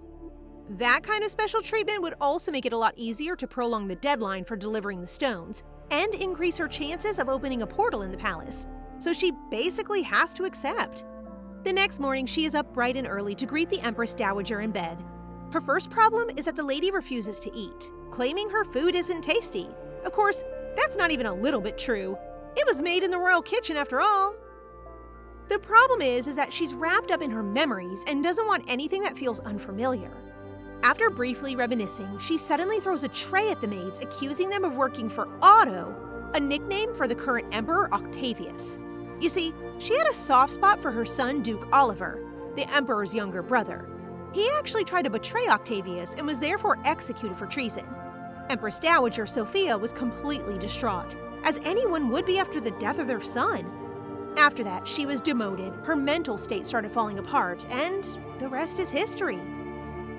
Empress Sophia also keeps talking about a Joe, who turns out to be none other than Sen's own grandmother, Nefarious' former wife. She calls him up to ask what kind of food Joe and Sophia might have eaten on a picnic in her memories, but he is utterly useless. He is pretty old himself. His memory probably isn't up to scratch. The Marquise is no help either, so looks like Sen is on her own for this one. Over the next few days, Sophia starts confusing Sen for her grandmother Jo, and often talks about this big secret that she refuses to reveal. When the Emperor checks in on her, he asks if she has mentioned it, and offers to grant Senianna anything she wants if she will tell him what it is. Oof, that's a red flag. What kind of secret is so important that a mother won't even tell her own son? Anyway, between all this secrecy and taking care of the Empress Dowager, Sen has had no time to try and open the portal. Fortunately, Dominic appears to cheer her up and brings a special custard tart that the royal kitchen only prepares for very important guests. Sen is supposed to have lunch with her family, but she can't resist the chance to try such a famous dish. This girl just lives to eat. They sit down to eat some with a glass of sangria. Dominic even gifts her another, bigger tart to share with her family, so hopefully that will make up for her absence. Is it the sangria, or does anyone else think she's blushing a little? Because he's a gentleman, Dominic escorts her all the way back to the Francif mansion. When their eyes meet in the carriage, Sen's heart skips a beat or two. Or 10. She's worried about him getting back to the palace while it's dark outside, but the prince reminds her that he is used to riding in dangerous conditions. That's right, I almost forgot. He made his reputation on the battlefield after all. Suddenly, the carriage swerves when a baby deer runs out onto the road. No one is hurt, but let's just say fate gave them a little nudge. Sen turns bright red and starts rambling her apology, but Dominic is cool as always. And a little flirty too. He's still smiling calmly even when the Francif men appear at the gate with 3 very scary expressions. Protective as always, they look like they could punch Dominic when he takes Sen's hand and promises to escort her again next time. That boy is really lucky he's the crown prince, otherwise… Once they're back at home, the boys start complaining at once about Dominic's cocky attitude. Senniana ignores them and goes straight to work, still trying to figure out which food Joe made for Empress Dowager Sophia. By a happy accident, Gawain gives her the answer, reminiscing on his grandmother's cooking and how she often used vinegar since she was from the south. Sen runs off at once to experiment in the kitchen and ends up making fried tofu rice balls. It's a perfect picnic food and has a slightly sour taste. The Francif kitchen staff worked all night to help her make the perfect lunchbox for Her Majesty, so she gives them a 3-day holiday as thanks. The next day, she returns to the Imperial Palace and finds the Empress Dowager out of her room for once. She finds the old lady in the gardens, screaming at her son and calling him a monster for executing Oliver. Sen rushes over to calm her down and brings out her little picnic snack to cheer her up. For once, the Empress eats happily and even recovers enough to recognize Senianna instead of calling her Joe. I'd call that a success. She seems to recover after that, returning to her senses for a brief period of time. Sen is a little alarmed, but the Empress stops her from calling any guards or maids. She offers to tell her the secret that the emperor was so keen to know, and even gives her permission to use it for her own good. She explains that she made a promise to Joe to look after little Sen. Unfortunately, because of her condition and everything that happened with her son, she wasn't able to keep that promise, but now she wants to do everything she can to make up for it. So she tells her the secret. I don't know what it is, but it must be a big deal judging by Sen's expression. The question is, will she tell the emperor, or will she take it to the grave? A little while later, Sen is summoned to a tea party with the Empress, Queen Rowena, Christine, and even Lily Lager. Great. All the most difficult people are gathered in one place. It turns out the Empress heard a concerning rumor and wants to settle it in front of the girls who are spreading it. Although, Lily is still playing dumb and acting like she only has Sen's best interests at heart. The Empress asks her straight up, is Senianna truly able to open portals, or has it all been a big lie?